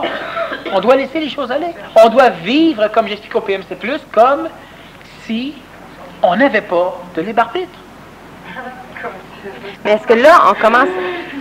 Mais c'est ça, là, on commence à en avoir un, finalement. Si on vit comme si, c'est parce que dans le fond, on a un. Et c'est que c'est vrai et c'est faux. Parce qu'au niveau de l'intelligence, tu vas commencer à avoir une implication dans la transformation des événements. Mais vu que l'ego est là pour écouter, non, tu n'en auras pas plus. Puis quand je dis qu'on vivait, on comprend qu'il n'y a pas de libre arbitre. Les égos n'y arrivent pas. Mais vivez en faisant comme s'il n'y avait pas de libre arbitre. Les égos, peut-être qu'ils vont être capables. Ça, c'est pour les égos. Mais du point de vue de l'intelligence, c'est que mon intelligence va se marier avec le libre arbitre général de l'intelligence. C'est pour ça qu'elle va en avoir un. Ben, ils se marieront pas. Mariage, là. Mais ce qui va arriver, c'est que la première personne qui traverse, tous ceux qui sont manipulés commencent à être manipulés pour la servir. Elle devient donc le grand monarque. Bon. Toutes les personnes qui vont suivre, qui vont traverser, vont nécessairement être dans la même énergie d'intelligence, d'utopie, que le grand monarque. De ce fait, toute l'humanité les sert. Et là, ce que l'ego pose comme question, ouais, c'est bien bon, mais quand on va tout, si je suis le dernier, moi, à traverser, qui va me servir? Il n'y aurait plus besoin de personne pour le servir. C'est ça. Mais ça, c'est l'intelligence qui te permet de répondre ça. Un ego ne peut pas répondre ça. Un ego, il y a un petit problème là. Pourquoi? Parce qu'il ne peut pas expliquer des choses dans un monde qu'il ne peut pas connaître. Mais une fois qu'on traverse, On se complique donc tellement toute la structure uniquement avec nos maudites questions d'ego. Il vient un temps où on parlera, sans poser de questions. Un temps où on communiquera, donc pas nécessairement parler, mais quand je dis parler, on communiquera sans poser de questions, ou uniquement ce sera une discussion, donc réponse sur réponse sur réponse sur réponse sur réponse sur réponse. Autrement dit, il y aura un échange d'énergie. L'humain peut facilement aboutir. Tu sais, si je dis à quelqu'un d'être pur, d'être simple, pas comme dans le lac Saint-Jean, là, ici, d'être simple, d'être limpide, d'être bien, ils sont tous capables, ils le font pas. Pourquoi? Parce que leur ego dit, ben oui, mais un humain comme ça fait quoi? Je disais ça à une conférence, une conférence vendredi. Il n'y a pas un humain, je l'ai même expliqué à un moment donné, il n'y a pas un humain qui peut répondre à la question qu'est-ce qu'il va faire une fois qu'il va avoir atteint le paradis. Tu arrives au ciel, tu as sur la droite du Père, puis maintenant tu fais quoi? Il n'y a pas un mot de ego qui peut répondre. Donc les égos, il y a une chanson qui le disait, tout le monde va aller au ciel, personne ne veut mourir, c'est évident. Pour aller au ciel, il faut que tu sois mort, mais si tu es mort, tu vas au ciel. C'est un maudit problème. ça, mais lui, il n'ira pas au paradis. Il n'ira jamais au paradis. Et oui, c'est lui qui va être le paradis. Oui, il va l'être, mais il n'ira pas. Il va y être, lui qui va l'être. Mais il ne sera plus de l'ego, donc il... Mais non, ce sera plus de l'ego. Donc il ne sera pas. Mais oui, il va y être. L'ego ne peut pas comprendre ce genre de phénomène-là. C'est ça, mais pour passer, comme les premiers qui vont passer. Elle dit juste les premiers. Pourquoi les premiers? Il n'y aura pas de première, ça? Les premiers qui vont passer, est-ce qu'ils vont être au courant qu'ils sont passés? Oui, mais pas comme tu poses la question. Mais ils vont savoir. Oui, mais pas comme tu le dis.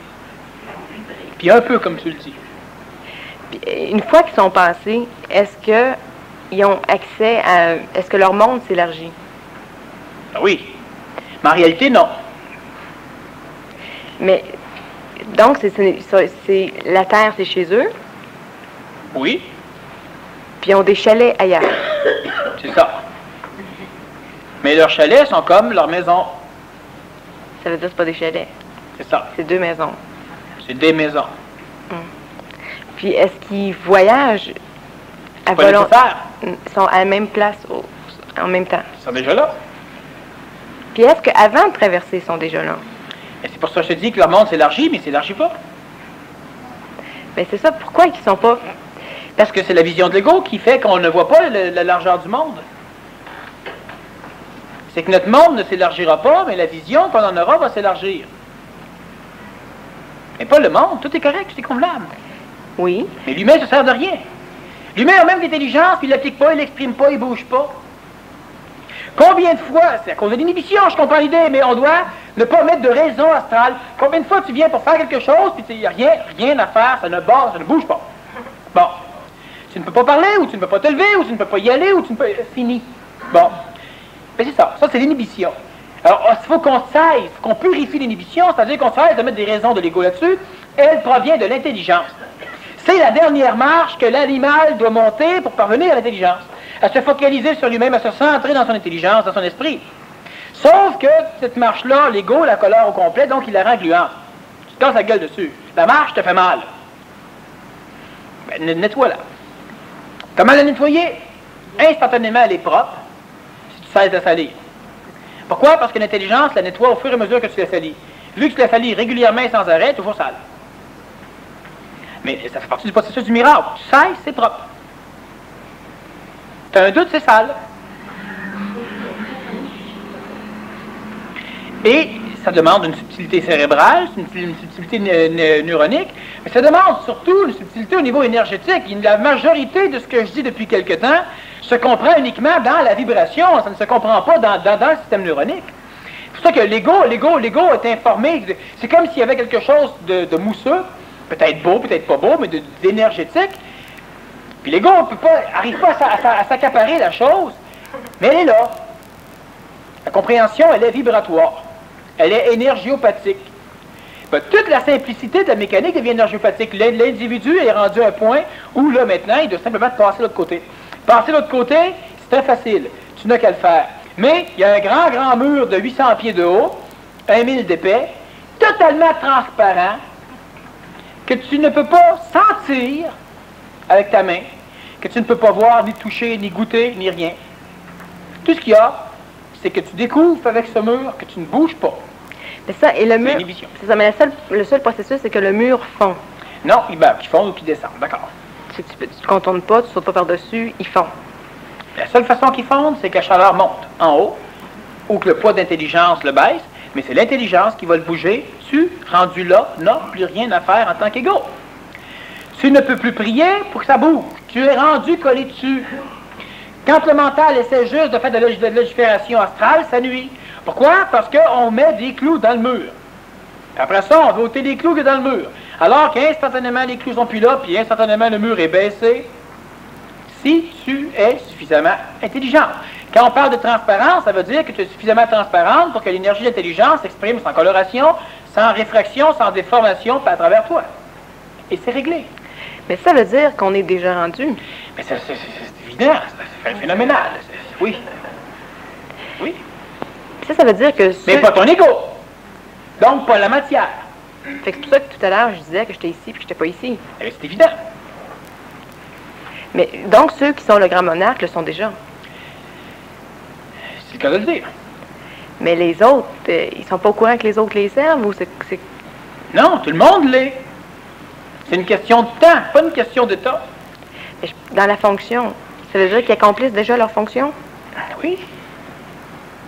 Sauf que tu ne vois pas, du point de vue de l'ego, comment ils te servent. Il y en a qui sont les gardiens de ton argent, d'autres sont les gardiens de ton temps. Ils te servent. C'est pas dilapidé. Tu ne l'as pas, pour la simple raison que tu n'en veux pas. Tu compliques tout. Tu es une personne qui vit de l'humilité spirituelle. Tu es extrêmement riche, tu as tout ce qu'il te faut, mais tu as décidé de devoir tout abandonner pour pouvoir retrouver ce que tu as, uniquement passant par les voies de la tradition. Tu es la fille du patron, mais tu décides quand ton père te dit, ben vas-tu tu vas commencer directrice? Oh non, moi j'ai commencé en passant le balai. Bon, ben tu commences en passant le balai, puis ça te prend des années à monter jusqu'au bureau, ou t'es déjà là. Toi, tu n'es pas là, mais tu es déjà là. C'est-à-dire que ta plaque a de la poussière un peu dessus, mais tout est préparé. La cave a décidé qu'elle passait le balai. Bon, ben, passe le balai. Elle est peut-être sa plaque de temps en temps pour l'entretenir, puis elle espère qu'un jour, elle va être là. Mais finalement, tu n'es pas là. Mais le processus du miracle, du jour au lendemain, je t'en ai, je sors la plaque. Tu sais, tu es là. Tu as toujours été là. C'est parce que tu n'étais pas là. Que tu n'étais pas là. C'est ça, mais comment ça que j'étais pas là? Simplement parce que la matière a fait en sorte que la compréhension que tu en avais est une compréhension matérielle. Donc, tu passes par tout le cheminement de l'acide aminé, du carbone, de l'oxygène. Tu passes par le cheminement de l'astral. Le carbone et l'oxygène, c'est ce qui conserve la mémoire. Tu passes par la mémoire. La mémoire, c'est la tradition. C'est ce qui va conserver l'ego aussi. Étant uniquement là-dedans, l'intelligence de continuellement venir néotyper l'archétype, donc rendre neuf la mémoire, c'est compliqué. Parce que ta mémoire, elle t'oblige à répéter sans cesse les mêmes choses. Par les processus réincarnationnels, 24 heures sur 24, on te met uniquement de la mémoire du passé. Donc, il doit y avoir une structure qui amène de l'intelligence, puis qui ne déforme pas l'intelligence en mémoire. Donc, en mémoire, en coloration, en support, foi, la foi et la croyance dans la tradition. C'est l'intelligence qui permet de générer de l'énergie qui engendre la foi chez l'humain. Mais ta foi, c'est simplement de la super-énergisation de la mémoire. Bon, alors progressivement, tu en arrives à avoir un corps physique capable de stocker de la mémoire dans un endroit et de stocker de l'intelligence dans un autre endroit. Les deux rentrent en guerre à l'intérieur de l'homme. Mais là, tu commences à te dire, ben Sainte Merde, c'est une sainte nouvelle, c'est d'ailleurs la meilleure, ça permet à l'humain de monter. Alors, de Sainte Merde, je suis tanné, j'en ai marre. Il doit se passer quelque chose. Oui, c'est tout ça pour qu'on soit tanné. Et effectivement. Mais en réalité, non. Tout ça pour que la matière soit tannée. Mais c'est ça, mais... Et c'est pas toi, la matière. Je comprends. La matière à réflexion. Mais c'est parce que c'est quand même... Je comprends pas. Mais c'est quand même un détour là, pour arriver à la même place, pour se rendre compte que finalement... Non, c'est pourquoi je dis que tu comprends pas. Ton ego veut comprendre. C'est plus long. C'est impossible. Ah, c'est pas plus long. Très long. Mais quelle est la fonction du grand monarque? Je sais globalement, là, mais C'est quoi? dans les prochaines années, C'est quoi? globalement, Oui. ben, c'est de résorber la création. Oh. C'est ça, là. Et hop, évolution. Bon, dans les prochaines années, comme actuellement, qu'est-ce qu'ils font? Là, c'est à leur insu, là, le grand monarque, ils travaillent, c'est à leur insu, mais qu'est-ce qu'ils font, là? C'est pas à leur insu, c'est à leur su. Moi, c'est la moitié qui le sait, moi. C'est ça. Puis en même temps, c'est à leur insu. Mais c'est à l'insu de ce qui n'est pas le monarque. Puis c'est au su de ce qui est le monarque. Homme ou femme. Le grand monarque, c'est pas une question de sexualisation. Puis qu'est-ce qu'ils font? Une niaise. Là, la fonction C'est l'occupation fondamentale du grand de la monarque, planète Terre. Niaiser. ben, c'est ça, ça les différencie pas des autres, là, comme c'est là. Mais non. Pourquoi ton ego aimerait que tu te différencies des autres? Ben, il aimerait savoir la fonction actuelle du grand monarque. Oui. Niaiser. Ça, c'était prévu au programme, ça. Oui. Ce qui n'est pas prévu au programme, c'est qu'il va cesser de niaiser. Puis qu'est-ce qu'il va faire quand il va cesser de niaiser? Il niaisera plus. Ça dit tout. Tout ce que l'humain fait, il ne le fera plus. Il niaisera plus. Tout. Il ne mourra pas, il ne mangera pas, il excrétera pas, il ne marchera pas, il cruisera pas. Tout ce que l'humain fait, il ne le fera pas. Donc, il ne niaisera plus. Mais qu'est-ce qu'il va faire? Tout ce que l'humain ne peut pas comprendre. Parce que l'humain cherche à faire, il ne fera rien. Qu'est-ce qu'il va être? Ben, il ne sera pas. Qu'est-ce qui... C'est ça. Parce qu'encore une fois, l'ego peut comprendre, l'ego ne peut pas comprendre. Le grand monarque, c'est un mot astral. Il va-tu au moins avoir un trône, une boîte postale pour le rejoindre? Un numéro de téléphone, un numéro de fax, quelque chose? Non. On va pas communiquer avec lui. Non. D'abord, on est totalement détaché. Non plus. C'est pas ça, c'est tout faux. C'est compliqué d'en parler. Pourquoi? Parce que c'est des égos qui écoutent. Ah, il y a de l'intelligence qui écoute en même temps, pas aucun problème. Mais l'intelligence sans balance, c'est l'ego qui veut savoir. Le grand monarque, sa fonction principale en tant que mécanique spirituelle, ça va être de détruire l'antéchrist qui va apparaître dans les années à venir, qui va être connu, il est déjà là, mais qui va être connu. Ça va être de détruire l'antéchrist, ça va être de résorber ce qui sort du sol, ça va être de repousser certaines particularités qui viennent de l'extérieur, en l'occurrence des énergies seigneuriales qu'on appelle seigneurs de la lune, qui vont vouloir venir démontrer qu'ils sont les pères créateurs de l'humanité, ce qui est vrai, mais on n'a rien à foutre. C'est des ancêtres. Ils n'ont rien à nous montrer. Le grand monarque aussi va permettre la restructuration de la génétique à l'échelle de la planète. Donc, ça va permettre la destruction de contingents génétiques qui sont inutilisables par l'intelligence et très utilisables par les forces astrales, les forces d'involution. Et le grand monarque aura aussi la capacité d'être l'antenne cosmique qui va permettre l'attraction de mécaniques monarcales, qui vont provenir de d'autres mondes. D'autres mondes dans lesquels on est déjà un peu. Par des canaux séraphiques, par des liaisons énergétiques. Ça, c'est la vision spirituelle du grand monarque. Bon, pour l'ego. C'est-à-dire qu'elle est colorée. Oui, elle est faite pour plaire à l'ego. Mais est-ce qu'elle est Si c'est vraie? pur et transparent, l'ego ne voit rien. Ça ne plaît pas. Mais est-ce qu'elle est vraie? Mais oui. Mais on n'a rien à foutre. Parce que là-dedans, il y a une fonction. Je vais te donner un exemple. Je pose une question, puis la majorité des animaux humains vont répondre ça. Puis il y a encore beaucoup d'animalités de ce soir à l'intérieur de nous autres. Mais les animaux, il y en a plein aussi. C'est tout ce que vous mangez, subitement, est totalement transparent, inodore, pas de saveur, puis rien. Vous mangez un morceau de steak, transparent, même là, c'est transparent, tout est transparent. Qui t'a c'est cuit? Tu le coupes, c'est comme du steak transparent. Puis quand tu le manges, tu sens que tu manges de quoi? Ça goûte rien, ça sent rien. Tu bois du vin, c'est comme ça, mais ça goûte rien non plus. Ni chaud ni froid. La température du corps. tu achètes une barre de chocolat Mars, elle est identique à la barre caramel du point de vue de ce que tu vois. La forme est différente. Quand tu goûtes, même chose. Et qu'est-ce que l'animal humain va répondre? Ah ben ça va servir à quoi de manger de bord? C'est ça le problème. Okay? S'il n'y a plus de plaisir de manger, à quoi ça va servir de manger? Pourquoi tu penses que c'est plaisant de manger pour beaucoup d'animaux humains? Parce qu'ils ne mangeraient pas sans ça. Comme le sexe, il ne se reproduirait pas sans ça. Alors on met du goût, on met de l'appétit, on met du ci, on met du ça pour qu'ils mangent. Parce que sinon ils mourraient de faim. Mais ce qu'ils ne savent pas, c'est que 2 octaves plus haut, ça goûte quelque chose, par exemple. Non. Mais il y a un plaisir. Non. Comment ça s'appelle? C'est trop rendu. Ça s'appelle pas. Tout. Revenons avec le grand monarque. Le grand monarque, il sert à rien. Ah, ça fait peur à l'ego.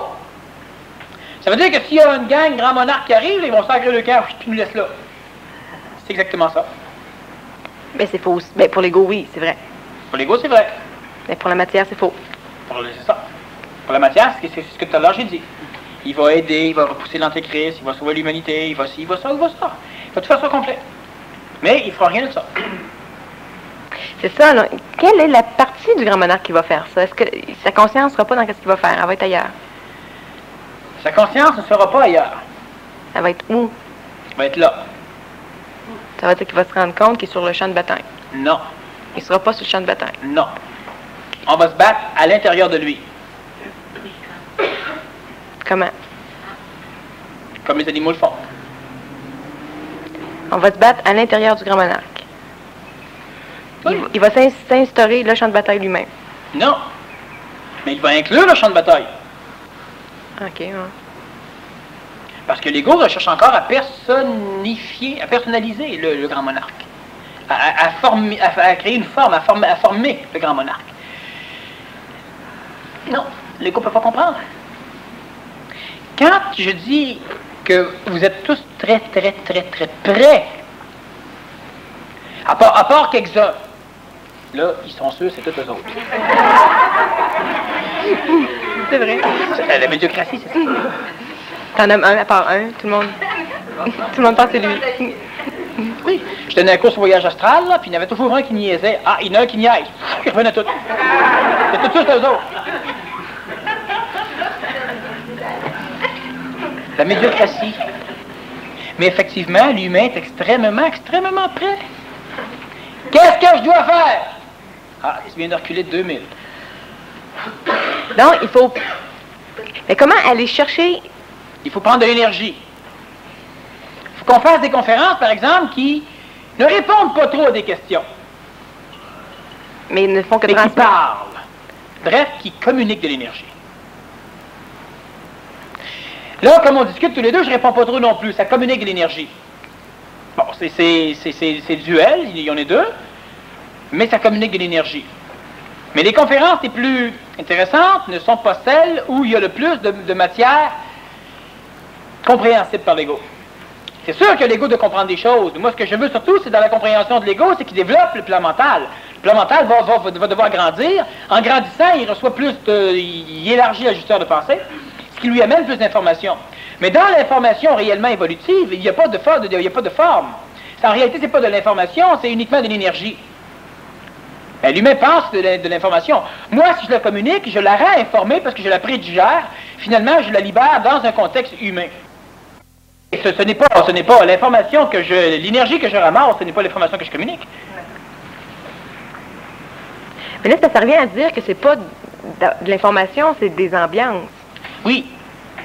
C'est de créer des ambiances. Donc, de l'esthétique, donc de l'onde de forme, donc de l'atmosphère, donc de l'événement. C'est ce qu'on appelle communication énergétique. Dans une communication énergétique, quand je dis que tu n'es ni bien, ni mal, ni chaude, ni froide, ni rien. Rien. Mais quelqu'un, un médecin, il arrive, il prend ta température corporelle, il va peut-être voir que ta chaleur augmente un petit peu, ou non, elle baisse un petit peu. Mais toi, personnellement, non. Tu dis, ben oui, mais là, je suis encore plus inconscient.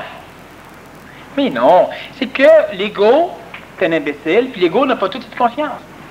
Mais l'humain n'a pas besoin d'être conscient que sa chaleur corporelle a augmenté d'1 degré. Qu'est-ce qu'on en a à faire? Rien, lâchons ça.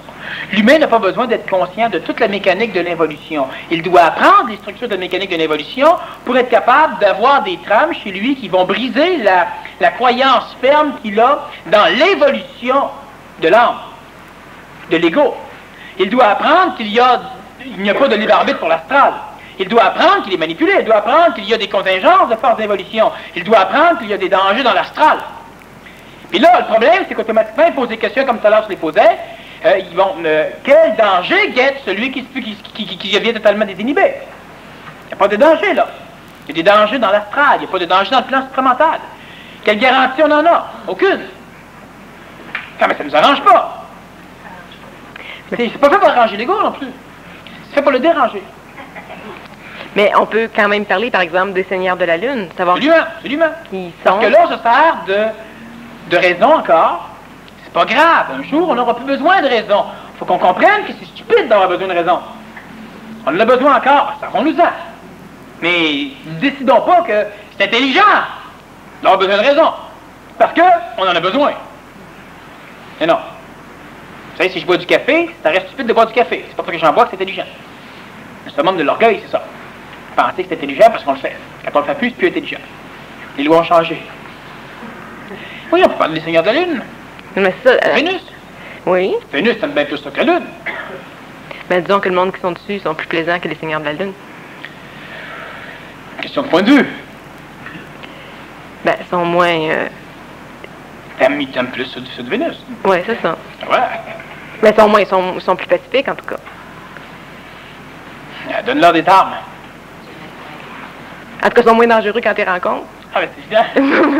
C'est dans ce sens-là. C'est pas dans ce sens-là. Mais c'est ajusté à ce sens-là. Oui. Ben, l'interprétation, c'est subtil, mais c'est ça. Mais donc, est-ce qu'ils proviennent de la même place? Oui. Ils proviennent d'où? Ben, de la même place, on vient de le dire. Mais qui est où? Quelque part dans la galaxie. Mais c'est qui? C'est hein? C'est quoi? Comment? Ouais? La grandeur. Ils font l'amour souvent. Qu'est-ce qu'ils mangent? Faites comme des toilettes. Mais dans les demeures, quand la planète devient notre demeure, puis que la demeure devient plus grande que la Terre, est-ce que ça englobe Vénus? Puis Les seigneurs de la Lune, c'est des entités qui proviennent des mécaniques élohimiques. Bon.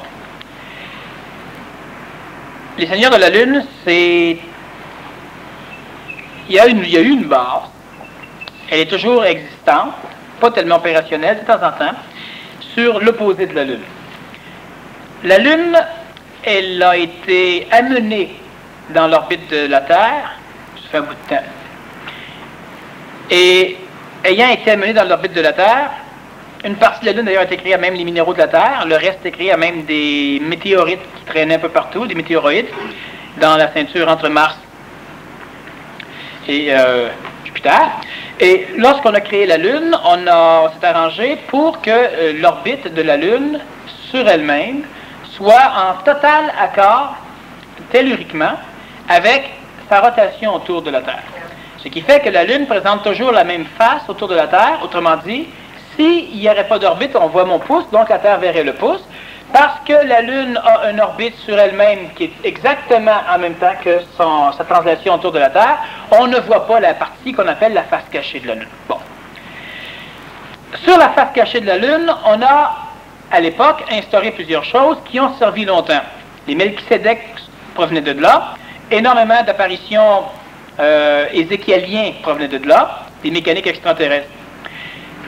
Les Élohim de la Lune sont descendus dans le contexte planétaire et ont engendré les différentes formes de génétique en termes de laboratoire. C'est-à-dire qu'ils ont amené des parcelles de viande, donc de corps, de d'autres planètes.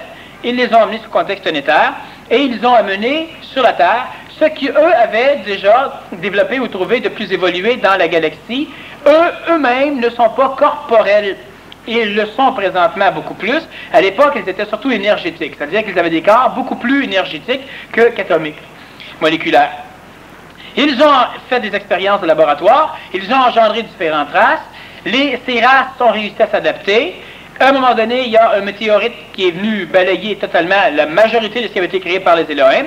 Ils ont recommencé avec une autre vision de la planète, parce que premièrement, la planète était changée suite à ce cataclysme. C'est arrivé il n'y a pas tellement longtemps, disons 76 millions d'années à peu près. Et lorsque c'est arrivé, les Elohim ont recommencé à créer. Recommençant à créer, ils ont engendré différents phénomènes. Et à un moment donné, les Elohim avaient créé des races suffisamment solides pour les abandonner et ils devaient se retirer. La problématique de la mécanique élohimique, c'est qu'elle est toujours égrégorisée. C'est une mécanique. Il n'y a pas d'Élohim qui se crée dans la galaxie, il n'y a pas d'Élohim qui se crée dans l'univers, il n'y a pas d'Élohim qui se crée dans la création. Il y en a un nombre limité, restreint. Ça ne meurt pas, ça ne vit pas. Ça ne naît pas. Par contre, à la longue, à force de s'approcher de différentes planètes, il cumule de la mémoire.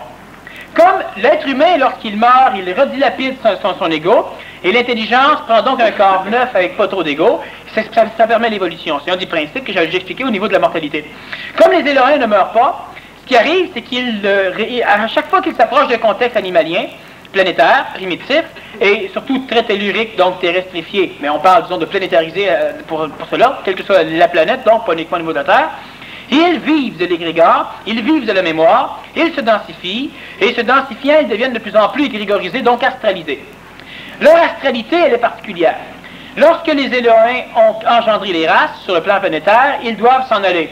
Eux restent en orbite autour de la planète, et ils ont un seul objectif. Le phénomène élohimique a une seule fonction, celle de préserver l'évolution des corps physiques à travers notre galaxie, entre autres, pour ne parler que de ceux-là. Parlons de chez nous.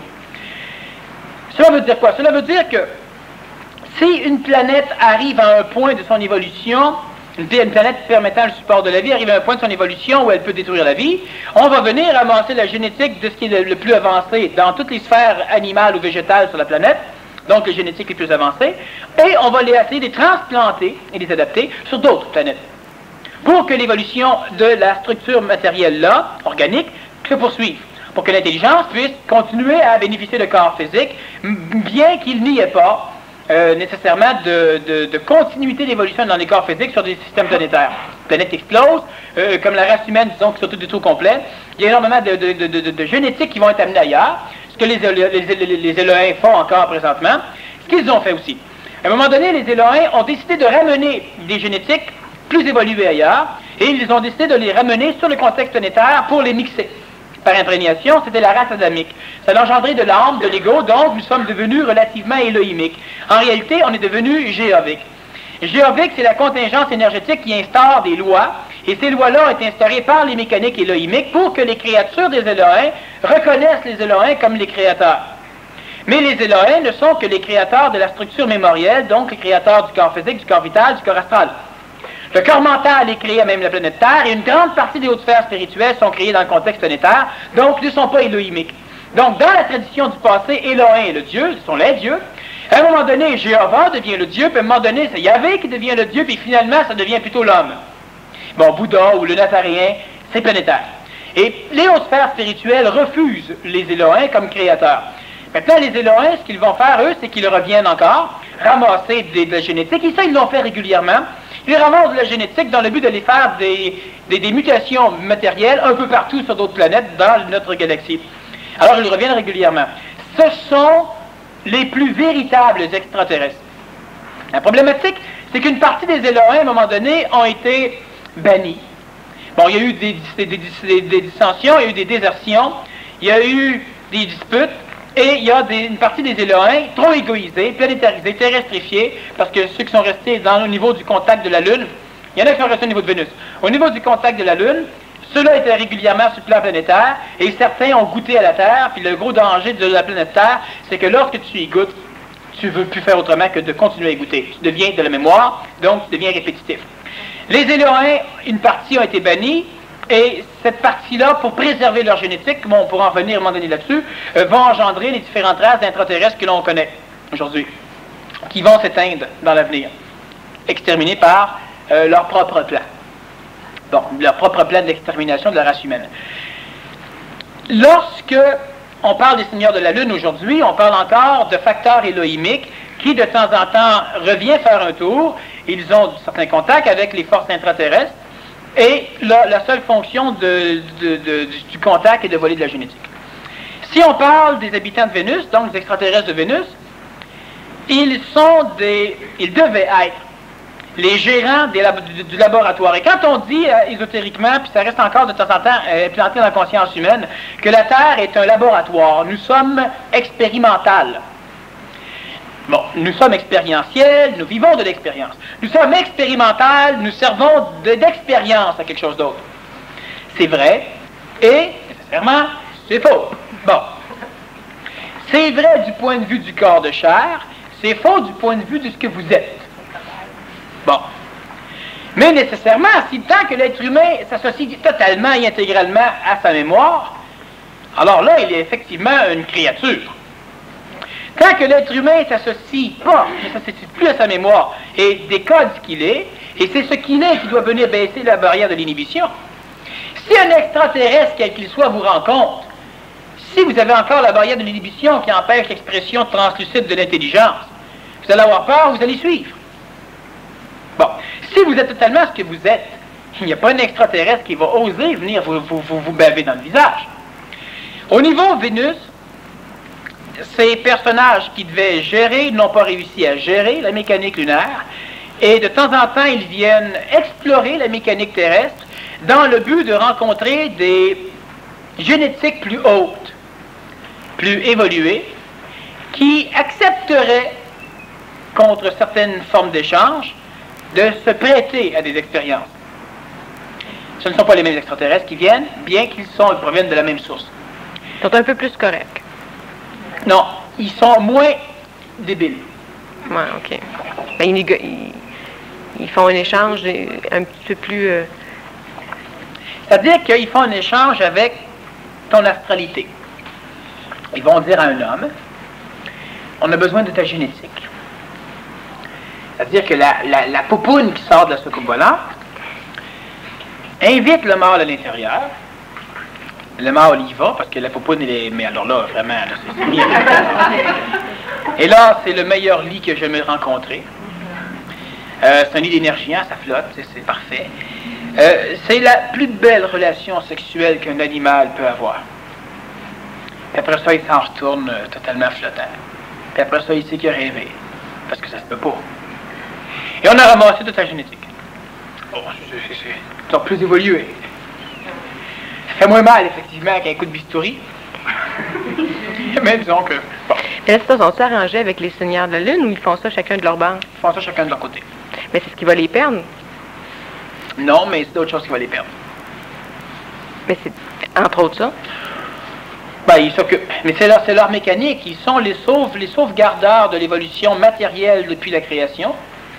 Mais en même temps, vu que nous, nous sommes maintenant dans les corps physiques, nous sommes capables de les sauver, les corps physiques, n'est-ce pas? Et si on l'accomplit convenablement ce qui doit être accompli, si on le fait, c'est facile à faire, et ça va venir, vous allez voir. Il faut pour ça qu'on utopise, puis qu'on intelligencie les choses, puis qu'on se déprime pas, on peut s'écœurer, puis on se déprime pas. C'est important, parce que tu perds ton énergie. Les seigneurs de Vénus ou les seigneurs de la Lune, provenant du phénomène élohimique, n'ont vraiment rien à voir avec l'intervention extraterrestre qui, à un moment donné, va venir chercher l'humain.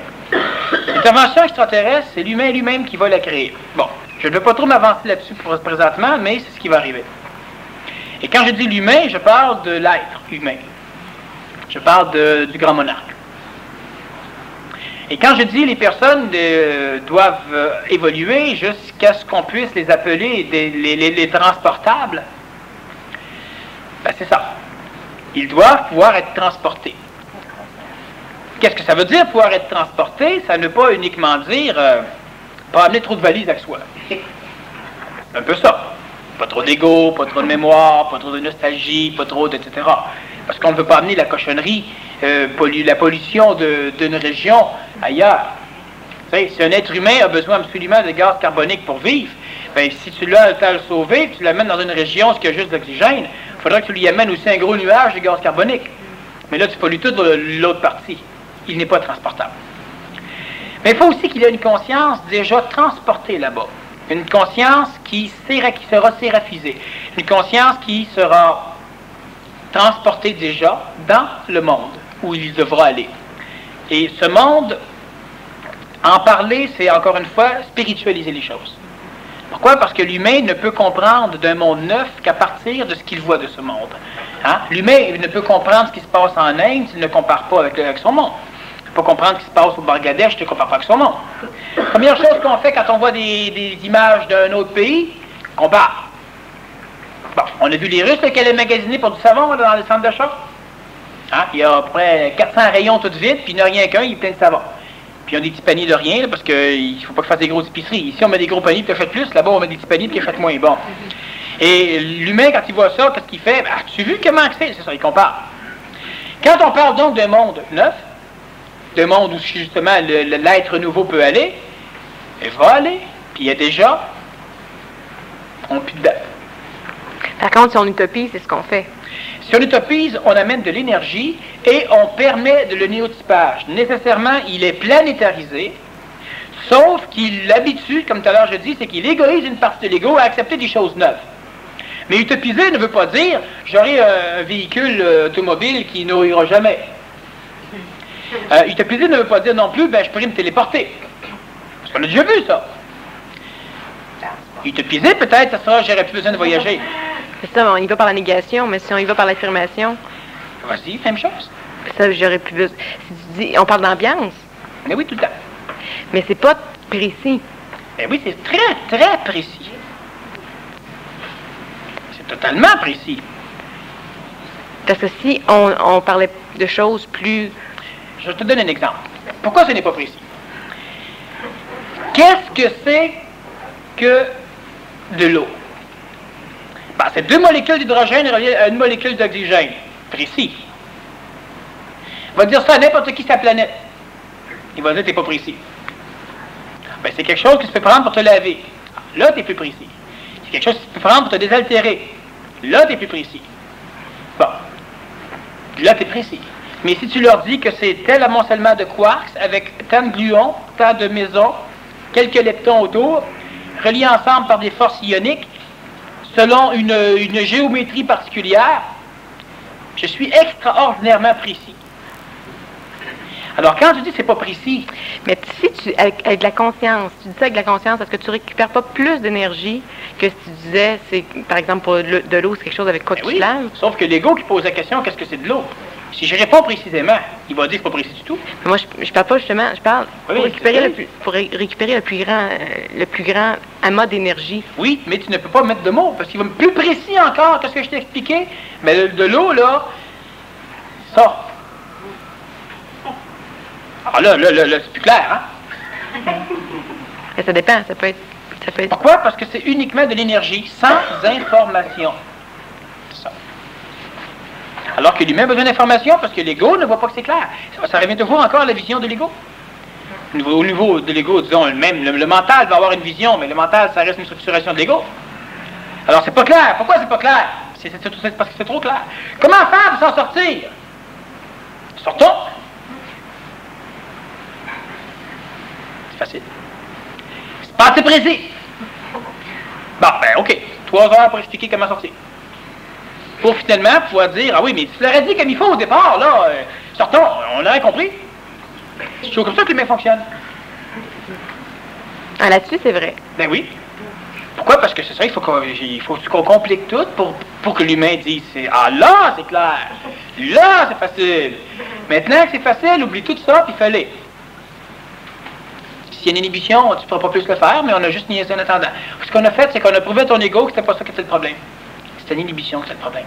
Mais si tu dois rencontrer quelqu'un, puis on te dit, elle va porter un chandail vert avec... tu sais, ça va mieux la trouver que de dire ça se dit pas, puis c'est pas précis. C'est faux. Pour l'ego, c'est vrai. Puis encore là, l'ego, je pensais pas que c'était un verre de même. Prends un exemple. Le professeur Machin Choix, qui est un archéologue, il est au musée, et puis il fume la pipe, puis il porte un chandail, puis il a toujours des souliers bruns. C'est facile à reconnaître. Ça dépend bien gros, parce qu'il y a beaucoup d'hommes qui vont y aller, puis quand ils vont passer devant la femme qui fume de la pipe avec ses souliers bruns, puis son chandail vert, ils vont trouver bien bizarre qu'elle fume la pipe, puis ils vont continuer à chercher le professeur en question. C'est clair, en maudit. Ouais, c'est vrai. Ah, mais t'aurais dû me dire que c'était une femme! Ah bon, OK. Maintenant, tu vas voir le génie en physique, il est de l'Université de Montréal, c'est une femme, vas-y. Ah, mais laisse penser, là, comment qu'elle avait-tu? Là, on recommence, puis finalement, ça dépend encore de qu'est-ce que tu vas comprendre énergétiquement. Puis c'est énergétiquement que tu vas le reconnaître. Mais tu t'imagines que c'est à cause de tes mots. C'est totalement faux. C'est énergétiquement que tu vas la reconnaître. Alors, c'est plutôt ça. Si on serait réellement transparent, je pourrais te dire son nom vibratoire, c'est tout. Ben, c'est ça. Oui, mais là, je t'ai pas défini son chandail, puis son ci, puis son ça. Mais pour ton ego, je te dis, elle s'appelle limpide. Trouve-la. Ton ego, là, elle est limpide. Non, mais c'est ça, mais il y a une communication, justement, si on parle de nom énergétique, puis... Oui, mais c'est jamais quelque chose qui, pour l'ego, va sembler précis. Clair, limpide. Jamais. C'est simple, donc ça ne peut pas être limpide ou clair, ou précis. Même chose, comment j'ai fait pour digérer une pomme? T'en manges. Ben, c'est bien trop simple, c'est bien trop facile de même, là, c'est d'autres choses. On n'en a pas besoin. Sauf que quand on est rendu à être malade au niveau du système digestif, puis que ton ego continue à te faire manger des cochonneries, là, il faudra qu'on complique tout. Ce qu'on aurait à te dire, cesse de manger ça. Bon, cesse de fumer. C'est simple. Mais là, il faudra comprendre dans mon monde des poumons roses, puis des poumons noirs. Et quand le mental, il dit que l'âge qu'il avait, le gars au poumon rose, qu'il est mort, 40 ans, puis le gars au poumon noir, 62 ans. Autant fumer? Non. Le mental, c'est ça, le mental il niaise. Hein? J'ai donné l'exemple du gars qui saute en parachute, le parachute ne s'ouvre pas parce qu'il saute un dimanche, tout est fermé le dimanche. Puis il s'écrase, paf! Puis c'est arrivé fréquemment, de temps en temps, la personne n'est pas morte. Hein? Puis de temps en temps, il y en a qui sautent avec le parachute, là, puis ils tombent sur des lignes à haute tension, puis ils meurent. Ça prouve quoi? Ça prouve que c'est préférable de sauter sans parachute qu'avec un parachute. Parce qu'il y en a qui sautent sans parachute puis qui meurent pas, puis il y en a qui sautent avec le parachute puis qui meurent. C'est ça, on peut s'amuser comme ça puis niaiser longtemps. Mais non. C'est comme les personnes qui disent, il est mort à cause de sa ceinture de sécurité dans son auto. S'il n'aurait pas eu, il serait vivant. C'est vrai. 1 sur 2, 3000. Ça prouve pas que la ceinture est dangereuse. Ça prouve que si lui aurait su comment l'ouvrir, sa ceinture, il serait pas mort. Ça prouve ça. Mais si on utopise, à partir du moment où on utopise, on terrestrifie l'autre monde. Notre conscience est dans l'autre monde, on la terrestrifie ici. Non. Puis oui. Mais qu'est-ce qu'on fait quand on fait pas ça? On sublime la Terre, donc on supramentalise ce qui est bas, et nécessairement, on descend un peu ce qui est haut. Mais il y a un avantage. Ce qui est bas est très limité comparativement à ce qui est haut. Donc, en utopisant, on gagne. On énergise notre ego, mais l'ego a l'énergie de l'expérience. Plus l'intelligence descend, donc plus tu utopises, plus ton expérience, l'ego va être manipulé à vivre une expérience en fonction de l'utopie. Il va vouloir devenir plus comme ça. C'est comme si on vous dit, ce que vous recherchez, je l'adresse. Pour y aller, vous devez réussir tel examen. Alors, voici l'examen. On vous le donne avant en plus. Avant que vous le passiez. Et en même temps, ça vous dit quoi faire, quoi étudier. Mais faites-le. L'ego dirait, ben oui, mais tu vois, là, c'est ça, là, si j'aurais un chemin comme ça, mais là, au moins, je saurais quoi faire. Là, je pourrais avancer. Hein, n'est-ce pas? Si on vous dit exactement, mais à la lettre, tout ce que vous devez faire pour y parvenir, ça serait bien. Mais je peux vous le dire. Puis il y en a quoi chialer. Mais dis-le, quand même qu'on chiale. Bon. Faut que tu sois transparent. Ça. Mais là-bas, on ne peut pas chialer. Hein. Faut que tu sois un égoïste. Ça veut dire quoi? Ça veut dire qu'il faut que tu te dissocies de ce que tu n'es plus, donc de tes facteurs émotifs, de tout ce qui est astral, de tout ce qui est psychologique. Il faut que tu cesses d'être géré par de l'absurdité, donc tu dois intelligencer les choses pour de plus en plus être capable de reconnaître que quand tu manges mal, oublie ça, mange plus ça. Tu ne dois pas faire de guerre à l'interne. C'est pas une partie de l'ego qui doit lutter contre l'autre partie de l'ego. Elle veut bien manger, puis elle lutte contre celle qui veut pas bien manger, puis là, on fait une guerre à l'interne, pendant ce temps-là, on continue à manger mal, puis ça nourrit la partie qui se culpabilise, qui entretient la partie du libre arbitre qui fait qu'on est faible. Non. Tu dois finir par avoir suffisamment d'intelligence, tu viens pour le faire, puis c'est con, puis c'est con, puis c'est con, puis là, l'ego te dit oui, tu vois, c'est pas correct, puis c'est ici, puis c'est ça. Non, c'est pas ça, du tout, du tout, du tout. C'est con. Alors, tu arrives à avoir suffisamment de motricité pour bouger le corps. Et c'est ça qui est important. Qu'est-ce que vous devez faire? Bouger le corps physique. Uniquement être capable de bouger le corps physique. Mais une fille mentale qui contrôle, c'est une chose. On doit arriver là, puis nécessairement le mental doit s'associer au plan supramental. Ce qui fait à un moment donné, il bifurque complètement, il lâche le plan astral pour se relier au plan supramental. Bouger le corps. Ça veut dire quoi, bouger le corps? Ça veut dire bouger le corps. Simple. Est-ce qu'il faut que je complique? Je suis sûr que oui. Bouger le corps, ça veut dire bouger le corps. Oh, Dieu, que c'est compliqué de compliquer les choses. Mais là, on peut passer à l'utopisation. Oui. Et plusieurs ne sont pas capables d'utopiser. Pourquoi? Ils ne sont pas capables d'ouvrir la bouche. Bouger le corps. Oh, mais j'aurais rien à dire. Tu viens de parler, là. Ben oui, c'est sûr. Et là, je t'explique que j'aurais rien à dire. Ça, c'est la mentalisation. Tu tournes en rond. Parce que j'aurais rien à dire, c'est parce qu'il n'y a rien à dire. S'il y a quelque chose à dire, je pourrais le dire. Comprends-tu? Si je pourrais être intelligent, mais en réalité, je le suis assez, mais il y a mon ego qui m'empêche. Puis c'est ça. Mais là, tu te pises pas, là. C'est pas ça du tout l'idée. Tu viens de changer de sujet d'évolution. Bouger le corps. Être capable de se lever, être capable d'y aller, être capable de pousser de côté ce qui n'est pas bon pour la santé et de manger ce qui est bon pour la santé. Quand tu commences à le manger, l'ego te fait comprendre que c'est pas bon au goût. Tu continues à mastiquer quand même. Tu contrôles le corps. Prends le contrôle du corps, tu prends le contrôle de l'âme. Bon, à un moment donné, j'ai déjà expliqué comment on pouvait court-circuiter l'expression endocrinienne de l'ego par un contrôle respiratoire. Oui, mais tu le fais pas, tu continues. Fais-le, oui, mais mon ego est trop fort. Non, mais là, arrête de respirer. Ça va se faire. Oui, mais, tu continues à niaiser. Prends le contrôle de ton corps. Bouge le corps. Ça va se faire. C'est facile. C'est facile parce qu'on peut facilement contrôler le corps physique. On n'a pas le contrôle dans la conscience du système sympathique et parasympathique, donc du système endocrinien entre autres, mais on a le contrôle des muscles rouges. Les muscles rouges sont capables, eux, par voie réflexe, d'engendrer des réactions au niveau des muscles blancs, donc du système endocrinien entre autres. Il faut bouger le corps. Et là, il y a la lutte. Je prends pas, hein, c'est compliqué en maudit. Tout ce que tu as à faire, c'est je ne prends pas, prends ta main puis mets-la ailleurs. Là, tu as tout ce qu'il faut pour retourner prendre. Vas-y pas. Oui, mais mon ego, il veut. Qui continue à vouloir. C'est pas vous, c'est que j'essaie d'en faire. Oui, mais sors de la pièce. Le mental domine, dirigé par l'intelligence. Mais l'utopisation permet à l'humain de parvenir à faire des choses comme ça. Pourquoi tout le reste de la semaine et le reste de l'année, on est toujours confronté encore à se battre envers soi? Uniquement parce que finalement, ça plaît. On ne doit pas se battre envers soi, on doit faire des choses. Tu viens encore de chialer? Oui, mais là, j'étais en train de chialer, là, si je me ferme, il va passer. Dans 2 ans, l'autre, on s'en fout. Travaille sur le long terme, sur ce qui va te rester. Tu n'as qu'à te fermer. Non, mais là, il y a puis il crie, puis il en profite, puis il crie, puis il en profite, puis il en profite, puis il en profite. Sors. Mais chez moi, sors-les. On est chez nous. Change de pièce. On va faire une marche. Hein, pudding au chômeur, puis t'en mets dans le visage. Fais quelque chose.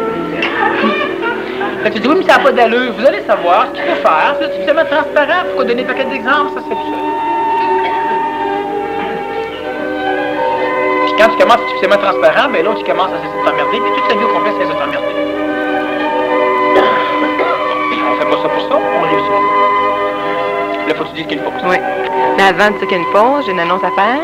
Il va y avoir des ateliers PMC qui débutent en avril pour les informations. Prenez les informations à la table.